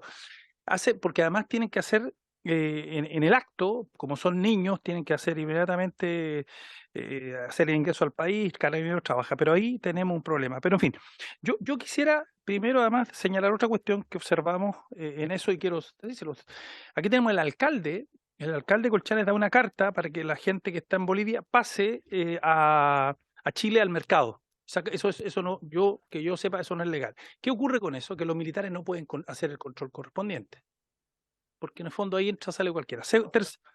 Pasa una feria que se produce cada 15 días, etcétera, y los militares dicen, mira, ahí nosotros no podemos controlar porque vienen con la carta del alcalde. Y eso, que yo sepa, el único que da hoy día las autorizaciones es el Ministerio del Interior, en fin. Entonces, cuando uno va al terreno se da cuenta de todos los problemas que tenemos. Obviamente fuimos ahí al campamento, donde nuevamente había una serie de gente que había llegado caminando, que habían sido muy bien tratados, y lo que ocurre es lo que pasa siempre. De hecho, 2 de los que estaban ahí, después que nosotros hicimos nuestra vuelta, después se fueron a Deo, están un rato, les pasan incluso mochilas de la GNUR, en fin, y se van a Iquique, bueno, en fin, y no tenemos control. Se les lleva a la playa, perdón, al campamento de ACNUR que está en Lobito, y de ahí, bueno, los que tienen parientes se los envía con los parientes y los que no se les deja en el terminal de bus. Eso así funciona. El control se hizo, lo que pasa es que no, eso no hay. Pero en fin. Ahora, yo creo que hoy día tenemos más, la cifra que se ha señalado es que tenemos, el año pasado entraron 50.000 ilegales, por las cifras que nos dan allá, el cálculo que yo saco es mayor. Hoy día hay más control, sin lugar a dudas, pero hace una semana atrás el campamento está full. Después, obviamente, la mandan a la gente de Iquique y ya había menos gente ayer, ¿no? Son bien atendidos, o sea, ahí no hay, ahí se trabaja bien, o sea, nadie puede considerar que hay, por ejemplo, que violación a los derechos humanos o alguna cosa, no, en eso no hay para nada. El campamento de ACNUR y lo trabaja fundamentalmente, no, pero ojo, el campamento de ACNUR, pero lo trabaja fundamentalmente el gobierno, el delegado, es la organización, sí. Por tanto, si bien la estructura, pero en el fondo el soporte económico lo hace el gobierno. Bueno, pero más allá de eso, yo solamente quisiera señalar que hay un negocio de varias empresas que meten, incluso de personas bolivianas que le dicen, no, si no nos van a dejar entrar en Chile. Es falso. Eso es falso, porque pueden entrar con su carnet. Entonces los pasan por otro lado y finalmente cuando lo atrapan, les dicen que no. O sea, y hay mucha irregularidad. Lo que le acabo de decir de la carta del alcalde, lo que acabo de hablar de la defensora de la niñez, yo creo que de verdad hay, aun cuando hoy día están los militares, estuvimos con los militares, hay mucho más control, sin lugar a dudas, pero yo creo que efectivamente en general falta mucho más control. Y lo que nos señalaban respecto a los refugiados, el número no me acuerdo bien, pero puede que me equivoque en un par de números, pero según ellos, los carabineros nos decían que habían recibido solamente 6 solicitudes por refugiados de algún tipo, digamos, pero no en todo el tiempo, no señala, no es masivo. Lo que sí, fundamentalmente gente, son personas que vienen de Venezuela, mayoritariamente, cubanos también, atención, bueno, colombianos, en fin.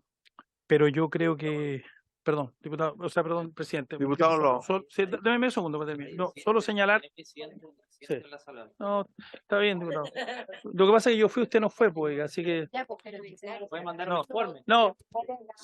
Sí, bueno, cierro con eso. Ya, cierro con eso. Después le cuento. Bueno. Gracias, ya. Diputado Joanet, diputado Longton, don Andrés, y luego Le damos la palabra. Presidente, sí, voy a tratar de ser igual de breve que el diputado Jonet.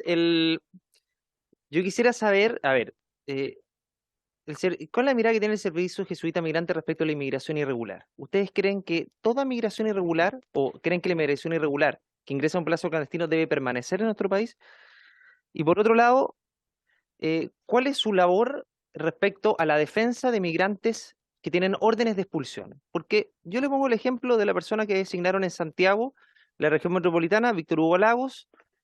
Él, cuando trabajaba en el Servicio Jesuita Migrante, defendió a una narcotraficante condenada con más de 1.500 kilos de droga, incluso por tenencia ilegal de arma de fuego y conspiración para delito de asociación ilícita para el tráfico de drogas. Entonces yo quisiera saber la mirada que tiene el Servicio Jesuita, porque si defienden que personas condenadas por delitos graves no sean expulsadas del país, entonces la verdad es que usted tiene una mirada bien permisiva respecto a la migración irregular. Es decir, cualquier tipo de migración irregular tiene que permanecer en nuestro país independientemente de las consecuencias de aquello. Eso es una pregunta, presidente, y yo quisiera saber, porque él aludió que las personas de Colombia podían ser refugiados en Chile. Bueno, primero el proyecto de ley no excluye a los refugiados, pero yo quisiera saber cuál es la violación de derechos humanos que se está teniendo en Colombia, porque usted atribuyó que la gente de Colombia tiene que recibirla a Chile. ¿Cuál es la violación de derechos humanos que hay en Colombia? Porque hasta el momento que sabemos no hay una vulneración de derechos, por lo menos públicamente conocida. ¿Y cuál hay en Perú y Bolivia? Porque Perú y Bolivia, lo que nosotros sabemos, no persigue o ha perseguido políticamente o no hay atentados contra la vida y la integridad física de las personas, que son, bueno, algunas de las causales de refugio, porque este proyecto distingue entre refugio y personas no refugiadas. O sea, el refugio lo excluye. Y otra cosa, sí, claro, y otra cosa, eso. Voy a terminar ahí, presidente, para no alargarme más. Gracias. Gracias, diputado Araya. Don Cristian. Presidente, muy corto. Lo primero, si, dado lo que decía el diputado Janet, podemos oficiar a la Defensoría de la Niñez para que se pronuncie sobre qué es lo que está pasando con los menores no acompañados, si tienen cifras, qué acciones han tomado, etcétera. Yo creo que... Acordado entonces, Defensoría de la Niñez, para ver si tiene representante en esa región y qué han hecho. Y en la misma línea del diputado Lonton. Sí, pues eso. Y en la misma línea del diputado Lonton, preguntarle al representante del Servicio Jesuita Migrante, ¿qué haría usted en nuestro lugar? O sea, ¿qué hacemos con los miles de personas que quieren ingresar a Chile? Porque, ¿cómo lo regulamos? ¿Qué hacemos? Porque solo es cosa de revisar las noticias. Ustedes son tremendamente buenos para presentar recursos y tienen mucho éxito. Entonces ahora, ¿qué hacemos con los que llegaron? Gracias. Muchas gracias, diputado. Don Ignacio, le damos la palabra lo más corto posible y se prepara el señor Álvaro Belolio. Don Ignacio. Sí, son varias cosas. Bueno, nosotros no estamos en contra de las expulsiones ni que el Estado chileno, de hecho creemos que es su deber controlar la frontera y ver quién entra y quién no. Porque lo que nosotros hemos planteado es no criminalizar ese ingreso porque entendemos que hay una crisis humanitaria detrás y que las personas lo vienen pasando mal en su mayoría. Estamos completamente también seguros que esto es una ventana de oportunidad del crimen organizado que justamente hay que controlar. No creemos que todas las personas que entran, digamos, son tanto, entre comillas, digamos. Probablemente, como en todos lados, ¿cierto? O en distintas ventanas de oportunidad que sea esto, hay personas que están delinquiendo y que nosotros internamente distinguimos personas con proyectos migratorios de extranjeros que vienen puede ser una sutileza más nuestra para distinguir eso, ¿cierto? Lo que sí creemos que las personas tienen derecho a solicitar poder ingresar a Chile y que Chile pueda dar canales institucionales para resolver cómo lo acordemos, ¿cierto? Esa es nuestra postura. Y en ese sentido también creemos que hay situaciones particulares como la del refugio que está presentado en el proyecto, donde nosotros creemos que hoy día no lo estamos atendiendo como se debiera atender. No solamente una persona tiene que decir, quiero solicitar refugio, uno también debiera lograr diagnosticar si alguien requiere de refugio, en ese sentido. Lo más probable, y si yo me pongo en el caso de una persona que viene en este tránsito y me dicen que necesito trabajo, necesito comer. No tengo el refugio acá porque también no todos saben de esta institución que hay, ni cómo opera, ni cuáles son los temas. Respecto a la pregunta puntual del caso de Víctor Hugo, yo lo desconozco. Si tienen el caso y lo pueden enviar, podemos contestar de manera formal, pero el Servicio Jesuita Migrante no atiende ese tipo de casos, por definición. Por definición. Personas que tengan si el caso está y que el Servicio Jesuita estaban antecedentes de eso, no. Nosotros atendemos personas que están en situaciones de extrema pobreza, migrantes, que vienen a atender, que tienen necesidades sociales y también de orientación jurídica, y a esas personas se les brinda esa atención. Entonces también, porque ha aparecido también en la prensa, no se puede pretender que el Servicio Jesuita Migrante sea tan poderoso de generar, digamos, todo este desastre o todas estas cosas que se nos dicen o que hacemos entrar personas y finalmente las decisiones han sido de los tribunales, no del Servicio Jesuita. Nosotros solamente presentamos los amparos. Entonces habría que preguntar a los tribunales, a los jueces, por qué las resoluciones que tomaron en el... Perfecto, pero es un amparo que se le presenta a la institución en la cual todos creemos que es la que tiene que tomar la decisión. Entonces nosotros no somos jueces, entonces que no se nos atribuya también esa responsabilidad. Sí, yo la voy a traspasar a la institución para contestarla como corresponde. Respecto a su pregunta, sí, estamos por escrito. Respecto a su pregunta, nosotros sí creemos que debiera haber un sistema de cuotas, ¿cierto? Que esto debiera abordarse de manera regional, ¿cierto? Y de hecho, la mayor cantidad de población venezolana está en Colombia, está en unos países, no está en Chile, pero nosotros creemos que eso es parte de la política exterior de Chile, debiera ser fijar un sistema de cuotas que nos permita abordar como región este problema y porque nos va a dar el aprendizaje a futuro. En 20, 30 años más podríamos estar hablando de otro flujo por crisis climática u otros factores. Entonces, estamos totalmente de acuerdo. ¿Sí? Un país no puede absorber de manera irresponsable eso. Ahora, y nosotros estamos lejos de tener la respuesta de cuál es ese número. Digamos, ahí hay cálculo técnico, expertos, tendrán que entrar factores económicos y un montón de otra información. Digamos que usted y el gobierno tienen mucho más que nosotros. Nosotros solo queremos, digamos, enfatizar otros puntos. Y en ese mismo sentido, respecto de cómo se soluciona esto, también me está haciendo una pregunta que es de política pública, digamos. Nosotros creemos algunas cosas, sí. ¿Cómo se implementará? Creemos que los técnicos están en el gobierno, están en otros lados, no en el Servicio Jesuita Migrante. Sí creemos que hay que tener mucha más información y eso implica generar de alguna manera sistemas de regularización de las personas que están adentro. Necesitamos saber dónde están. Las personas ya están y difícilmente se van a ir. El director ya explicó todos los problemas que hay para expulsar y para saber dónde están. Entonces, bueno, sepamos cómo hay. Segundo, hay que tener procesos de inclusión, ¿cierto? Y abordar temas que son temas país.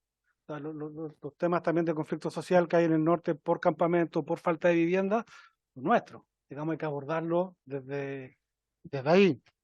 Lo mismo con los temas de educación, lo mismo como temas de infancia, como señaló el diputado.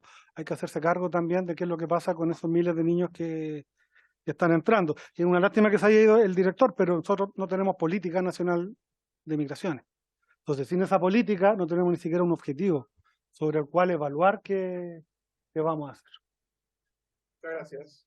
Don Ignacio, lo liberamos para que pueda seguir con sus tareas y le agradecemos mucho que haya venido presencialmente a Valparaíso esta tarde. Cualquier otro documento que quiera hacer llegar o pregunta, por supuesto, el mail de la comisión está siempre abierto. Diputado Leiva, diputada Plasencia. Oiga, muy breve, presidente. La problemática con la migración se agudiza o colabora. ¿Qué hace el Ministerio de Transporte para fiscalizar el transporte irregular? Hay una división de fiscalización del transporte público. El alcalde de Estación Central, Felipe Muñoz, nos plantea, llegan buses todos los días con irregulares, vienen desde Colchane directamente. Me gustaría, presidente, que le pidiéramos al Ministerio de Transporte que informe qué está haciendo en fiscalización de esos servicios irregulares, porque el propio diputado Joanet puede ver que hay todo un mercado de transporte, vans nuevas, Sprinter, Mercedes-Benz, que suben imágenes y nadie las fiscaliza. ¿Por qué no está el Ministerio de Transporte fiscalizando ahí? Si le parece, presidente. Es el diputado Leiva que me gusta.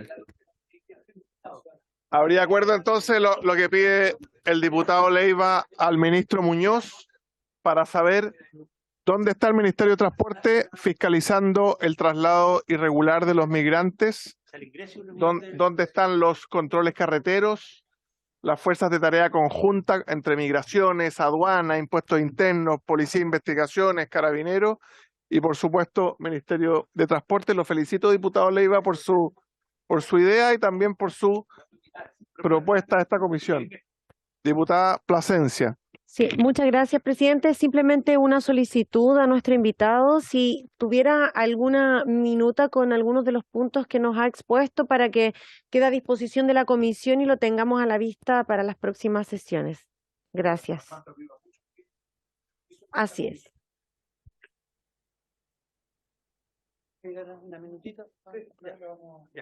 Muy agradecido. Don Álvaro Belolio, lo tenemos en pantalla, conectado. Recordarle al resto de los invitados que esta comisión termina 5 para las 5 y por supuesto los que no logren exponer hoy día van a ser invitados a exponer el miércoles, donde vamos a sesionar hasta total despacho para votar en general este proyecto. Don Álvaro Belolio, exdirector de Migraciones y quien tramitó la nueva, ya fue sometido a votación en su ausencia. Sí, yo jamás diría ese juicio de valor que hizo el secretario sobre su llegada porque sé que usted no está nunca tarde, está en otras labores. Don Álvaro Belolio tiene la palabra. Muchas gracias, presidente, por su intermedio. Tengo una breve presentación, un par de láminas en estos 10 minutos. Trataré de hacer lo más breve posible. Ahí está. El proyecto de ley está definido. Efectivamente, la discusión que hay hoy en día es si designar el ingreso clandestino como delito, no pensando en potenciales penas de cárcel, sino efectivamente en una medida que bajo el principio de oportunidad pueda facilitar los procesos de expulsión y ayudar al control fronterizo, que es una realidad. Como comentó el diputado Longton, los ingresos clandestinos en Chile del año 2022, y este número se ocupa del número que entrega la Policía de Investigaciones, que es efectivamente el mismo número que han ocupado académicos y quienes son hoy autoridades en los últimos 4 o 5 años. Yo creo que es raro que desconozcan hoy el dato que entrega la Policía de Investigaciones, pero la realidad es que el año 2022 hubieron casi 54.000 ingresos clandestinos y de abril a diciembre 24 expulsiones. En el caso de los ciudadanos venezolanos, vemos que hubieron 40.089 ingresos clandestinos y se expulsaron a 2.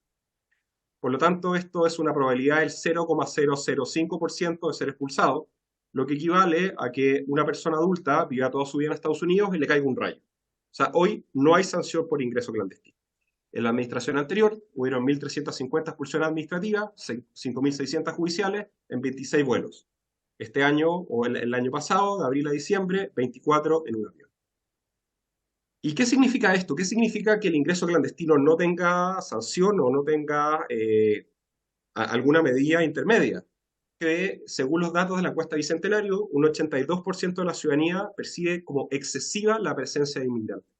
Es bastante fácil opinar desde Ñuñoa, pero si uno va a los campamentos en Alto Hospicio, donde la comuna creció un 30%, principalmente en migrantes que vienen hacinados en campamentos controlados por el narcotráfico, genera realidad y genera dificultades en acceso a salud, en acceso a educación, en materias de vivienda, en materias de inseguridades, de percepción y otras. Y efectivamente, dentro de esta misma encuesta, el 71% cree que existe un gran conflicto entre chilenos y extranjeros. Y con respecto a los datos, es bueno analizar el primer trimestre. Este no es el único dato, pero ocupando la misma metodología que entrega la Policía de Investigaciones, uno ve que en marzo hay más ingresos clandestinos registrados que lo que había en enero y febrero. Y son un poco menor al año 2022, lo que es una buena noticia, cerca de un 27% menor. Pero siguen siendo 3.700 ingresos clandestinos registrados durante marzo. O sea, esto, si lo extrapolamos al año completo, son 45.000 ingresos clandestinos. 45.000 extranjeros que ingresan clandestinamente sin respetar nuestra normativa. Lo que a mí me parece en materia de preocupación, y por lo tanto la discusión de este proyecto de ley es completa y absolutamente válida para hacerse cargo de esta realidad. Entonces, están los militares en frontera, pero no los dejan devolver. Hay un proceso de reconducción con Bolivia, pero se saca una resolución que impide devolver a los extranjeros no bolivianos. Y ojo, en febrero sí se devolvieron a extranjeros no bolivianos con Bolivia. Llevan un año y no dijeron absolutamente nada de los avances con Bolivia. O sea, tenemos a las Fuerzas Armadas para ser mayordomos o anfitriones de los migrantes. El mismo subsecretario Monsalve dijo que la primera semana hicieron cerca de 3.400 controles de identidad de extranjeros que ya habían ingresado clandestinamente.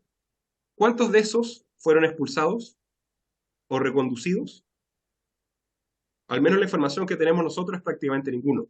solo los ciudadanos bolivianos, fue comentado por el ex gobernador. Pero acá efectivamente son 7.000 los ciudadanos venezolanos que están entrando. Ciudadanos venezolanos que algunos trabajan con el Tren de Aragua en Tarapacá, en aplicaciones de reparto, otros en Quilpué, otros en la metropolitana, y donde efectivamente la cantidad de extranjeros condenados y que hoy día cumplen prisión aumentó, prácticamente se duplicó en los últimos 15 meses. Pasamos de cerca de 3.800 a más de 5.800 en 13 meses. Y en términos de legislación comparada, yo creo que es relevante hacer esta discusión. Australia, en el Migration Act de 1958, en la sección 232A, establece el ingreso clandestino como un delito penal. Corea del Sur tiene el artículo 93.3, Immigration Act. Japón, en la Ley de Control de la Inmigración, en el artículo 70. Italia, efectivamente, está basado en el decreto legislativo del 98, que fue reformado en 2019, y nuevamente fue reformado en la disposición urgente para la gestión del flujo migratorio en los últimos meses.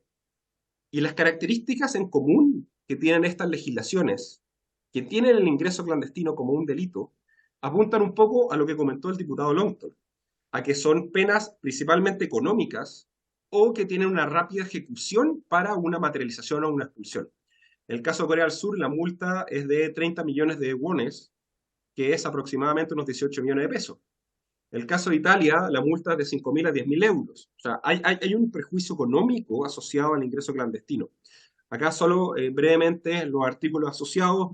Arriba a la derecha tenemos la legislación italiana, 5.000 a 10.000 euros. Abajo la australiana, a la izquierda la coreana y la japonesa. Y existen ciertas condiciones.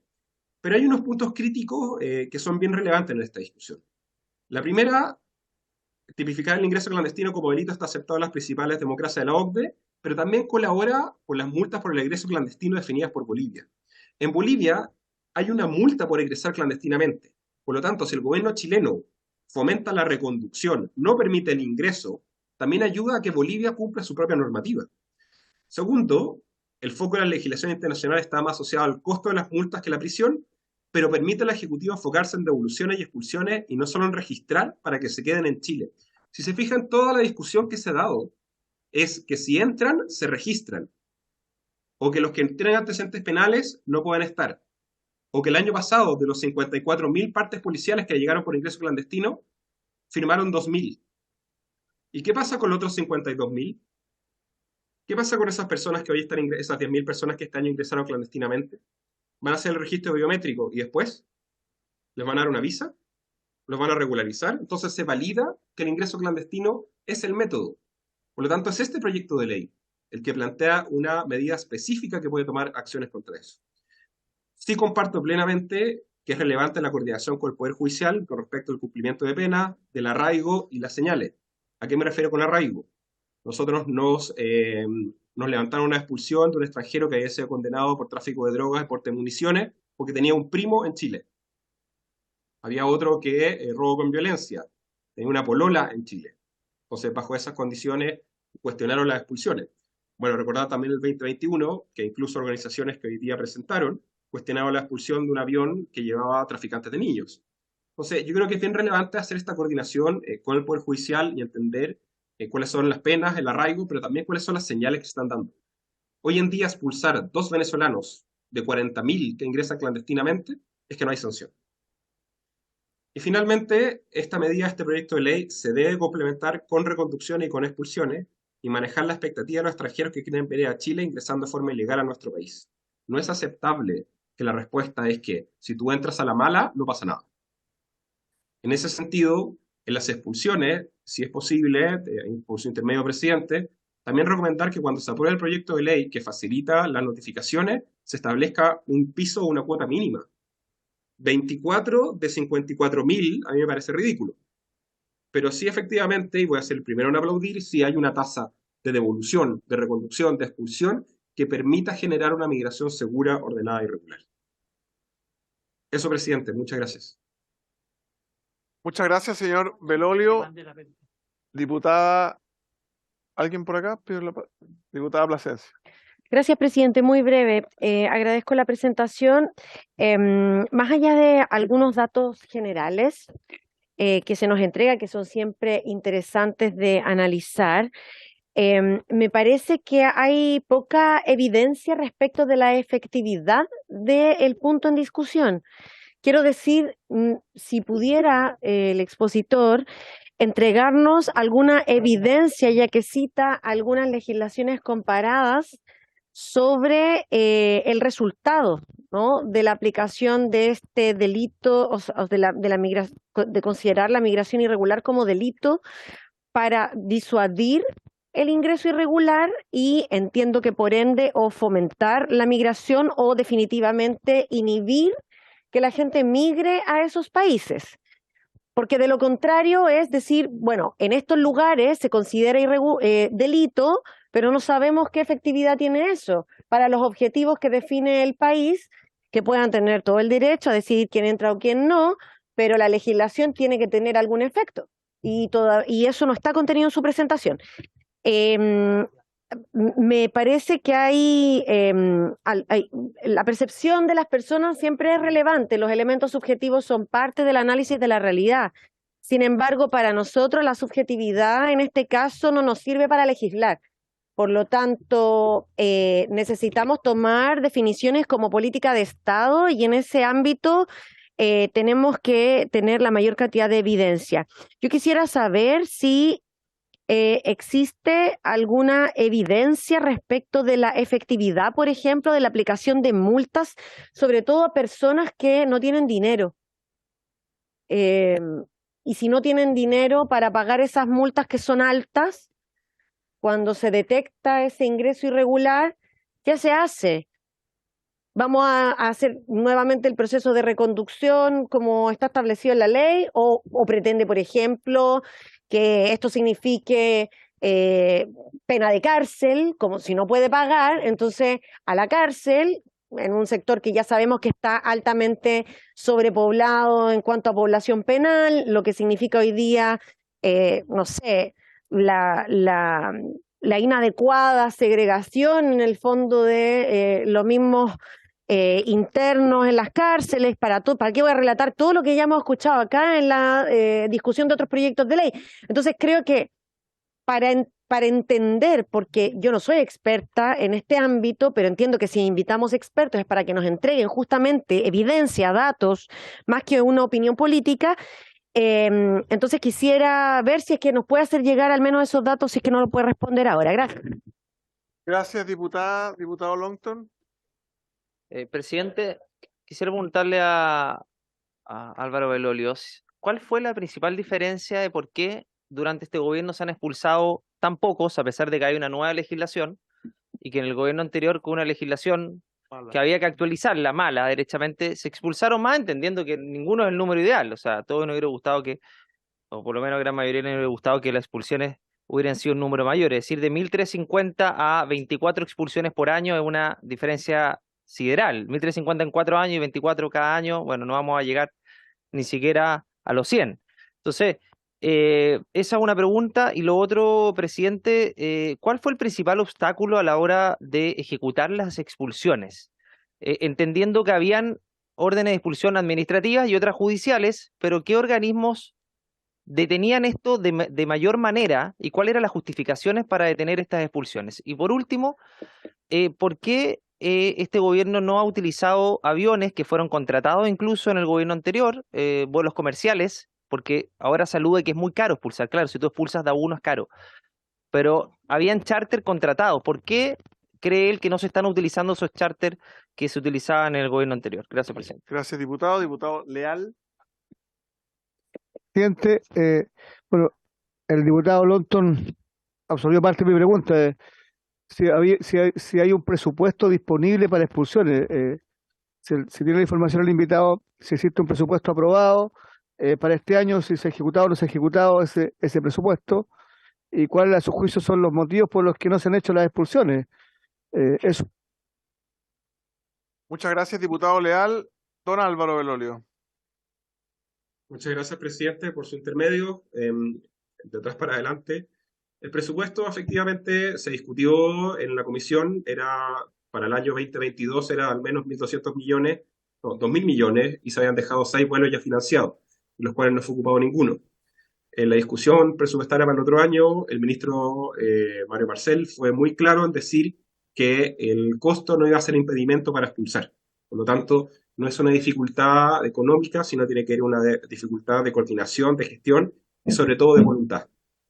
¿Y a qué me refiero con este punto? Expulsar en un avión charter sale aproximadamente 100 millones de pesos, lo cual con 120 expulsados sale 823.000. Expulsarte a uno requiere 5 pasajes, o sea, los 2 de ida y los 2 de vuelta, los escoltas más al extranjero, el costo sube a 2,7 millones. El tema es que es considerablemente más difícil coordinar un vuelo de 120 expulsados que de a uno. Lo que nosotros hacíamos para ser más efectivo, para sacar 26 vuelos de expulsados, para aterrizar 10 veces en Venezuela, es que en vez de revisarlo a uno, teníamos revisados miles de ciudadanos venezolanos con decretos de expulsión. Validábamos y trabajamos con el consulado al menos con 2 meses de anticipación, reservando la fecha, coordinando, haciendo la gestión. Por supuesto que es complejo y hay cambios de último minuto. La dificultad mayor eran los recursos de amparo. Por ejemplo, la organización ahí presente, el Servicio Jesuita, presentó más de 100 recursos de amparo para evitar la expulsión de cientos de extranjeros, algunos incluso con condena, como el que hizo mención el diputado Longton. Otras instituciones también fueron en esa línea. El actual delegado presidencial de Tarapacá celebraba y puso cientos de recursos junto con abogados para evitar las expulsiones. Y hoy en día casi todas las autoridades que están tomando decisiones en materia migratoria, en la Subsecretaría del Interior, en el Servicio de Migraciones y en Desarrollo Social, eran activos anti-expulsiones, quienes a través de distintas organizaciones evitaban las expulsiones. Cerca de 500 expulsiones fueron evitadas y se apelaba principalmente a un derecho a migrar, a que si ya ingresó clandestinamente no había necesidad, y las suposiciones por arraigo eran insólitas. Me acuerdo a mí un caso de una expulsión, hubo alguien que dijo que había embarazado a la novia el día anterior, y me cuestionaron por qué no materializamos la expulsión. Entonces, ese era el nivel. También cuestionaron la expulsión de traficantes de niños, pero eso es increíble. Presupuesto hay, motivos es que falta coordinación, y yo creo que también falta voluntad. ¿Por qué se expulsó tampoco? Yo creo que efectivamente hay una dificultad. Sí estoy de acuerdo y es transversal que la expulsión es el último método. Nosotros como observatorio hemos hecho varias entrevistas a cientos de migrantes que han ingresado clandestinamente. Y ellos ingresan clandestinamente, nos dan 2 razones. Uno, porque es muy fácil trabajar en Chile sin autorización de trabajo. O sea, por ejemplo, el Carlos Naik, uno de los asesinos de Carabineros, trabajaba en una aplicación de reparto. El Estrella, que también está uno de los líderes del Tren de Aragua, que ingresó en 2017 en Chile, contrato, aplicación de reparto. El fiscal de Tarapacá comentó que el Tren de Aragua contrata motos que se lo entrega a los clandestinos que trabajan en aplicaciones de reparto. Trabajando en estas aplicaciones de reparto, primero pueden observar las casas y ver qué beneficios tienen. Y segundo, generar de 600 a 800 dólares al mes. Cuando en el país de origen, si el ingreso mínimo es de $6, claramente puede mantener muchas familias. Entonces, el acceso a dinero sencillo, aún estando irregular, es muy fácil. Y lo segundo tiene que ver con que hay una expectativa de que les van a dar igual una visa aun cuando entren clandestinamente. Cuando hoy día escuchamos a representantes de ONG o a las autoridades que las 10.000 personas que ingresaron clandestinamente les van a hacer un registro biométrico y no va a pasar nada. Cuando escuchamos a las autoridades diciendo que el foco es identificarlos a quienes entran, pero que no les va a pasar nada acá adentro, se avanza hacia una regularización. Puede tener otros nombres. La única preocupación, que me parece un piso mínimo, es si un extranjero comete un delito. Pero también ahí avanza hacia la línea de, ¿debe Chile recibir a todos los migrantes que quieran venirse? Hay 8 millones de extranjeros sin trabajo en Chile, en Latinoamérica. ¿Debe Chile recibirlos a todos? Si ingresan clandestinamente, ¿solo los vamos a registrar y los vamos a dejar trabajar? Entonces, mientras no se hagan cargo de esas 2 realidades, la expulsión va a seguir siendo tremendamente compleja. Finalmente, con la diputada Plasencia, sobre la poca efectividad, en las medidas de Italia bajaron Plasencia, de 3.000. con A. Plasencia, perdón. Disculpe, diputada. Sobre el caso de la evidencia en Italia bajó de 3.000 a 400, perdón. O sea, hubo una disminución importante. El caso de Europa es distinto, porque en Europa solo pueden pedir refugio en el primer país al que llegan. Por lo tanto, la necesidad o la primera barrera de Europa con respecto a África es la que recibe la presión migratoria más fuerte. Y en general, cuando los migrantes no logran llegar a Italia, usualmente buscan Malta, España, Turquía, Grecia u otros puertos. Entonces la presión y las medidas van en esa línea. En el caso de Japón, bueno, Japón es una isla, así que es bastante más fácil, hay componentes geopolíticos con respecto al ingreso clandestino, pero sí hay ciertas condiciones que son bien relevantes en que Japón es uno de los países con menor ingresos clandestinos de toda la OCDE. Ahí me tocó presidir el grupo de estudios de trabajo de la OCDE. Una de las grandes discusiones tenía que ver con la irregularidad, tanto de la sobreestadía como el ingreso clandestino. Y los 4 países que mencionamos, Australia, Japón y Corea del Sur, son de los más efectivos en control migratorio. Italia lo ha sido en el último tiempo, pero tiene una discusión importante con respecto al tema del refugio y el tema marítimo, que ahí también hay otros componentes. Y finalmente la decisión, yo creo que la multa apunta a las sanciones y tiene que ver con eso. Cuando nosotros les preguntamos a los migrantes por qué vienen, es porque dicen que no pasa nada si entran a la mala. No pasa nada porque expulsan a 2 de 40.089. No pasa nada porque hay organizaciones que ponen recursos de amparo para evitar expulsados. No pasa nada porque efectivamente todos los fiscalizados del Barro Meis no han expulsado a ninguno. A los 3.500 que ahora fiscalizaron cuando la Fuerza Armada de Frontera no expulsaron a ninguno. Entonces, ¿cuál efectivamente es el riesgo que ocurre cuando hay estas condiciones?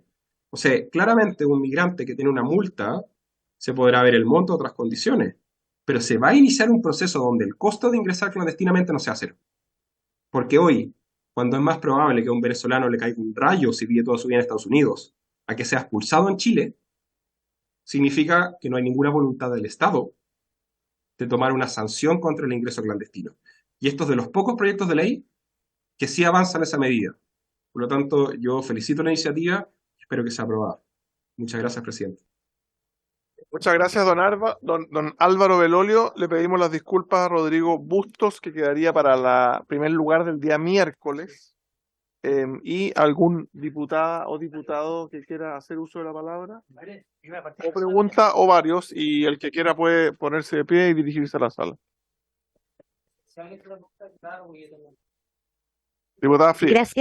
Gracias, presidente. Quisiera pedirle algunos datos al señor Belolio, ya que tiene ese observatorio de migración y tiene que ver también con establecer cuál es el nivel de ingreso de migración ilegal en comparación con los otros países de América Latina, porque tengo entendido, por ejemplo, que Colombia es el que más ha recibido, por ejemplo, migración venezolana.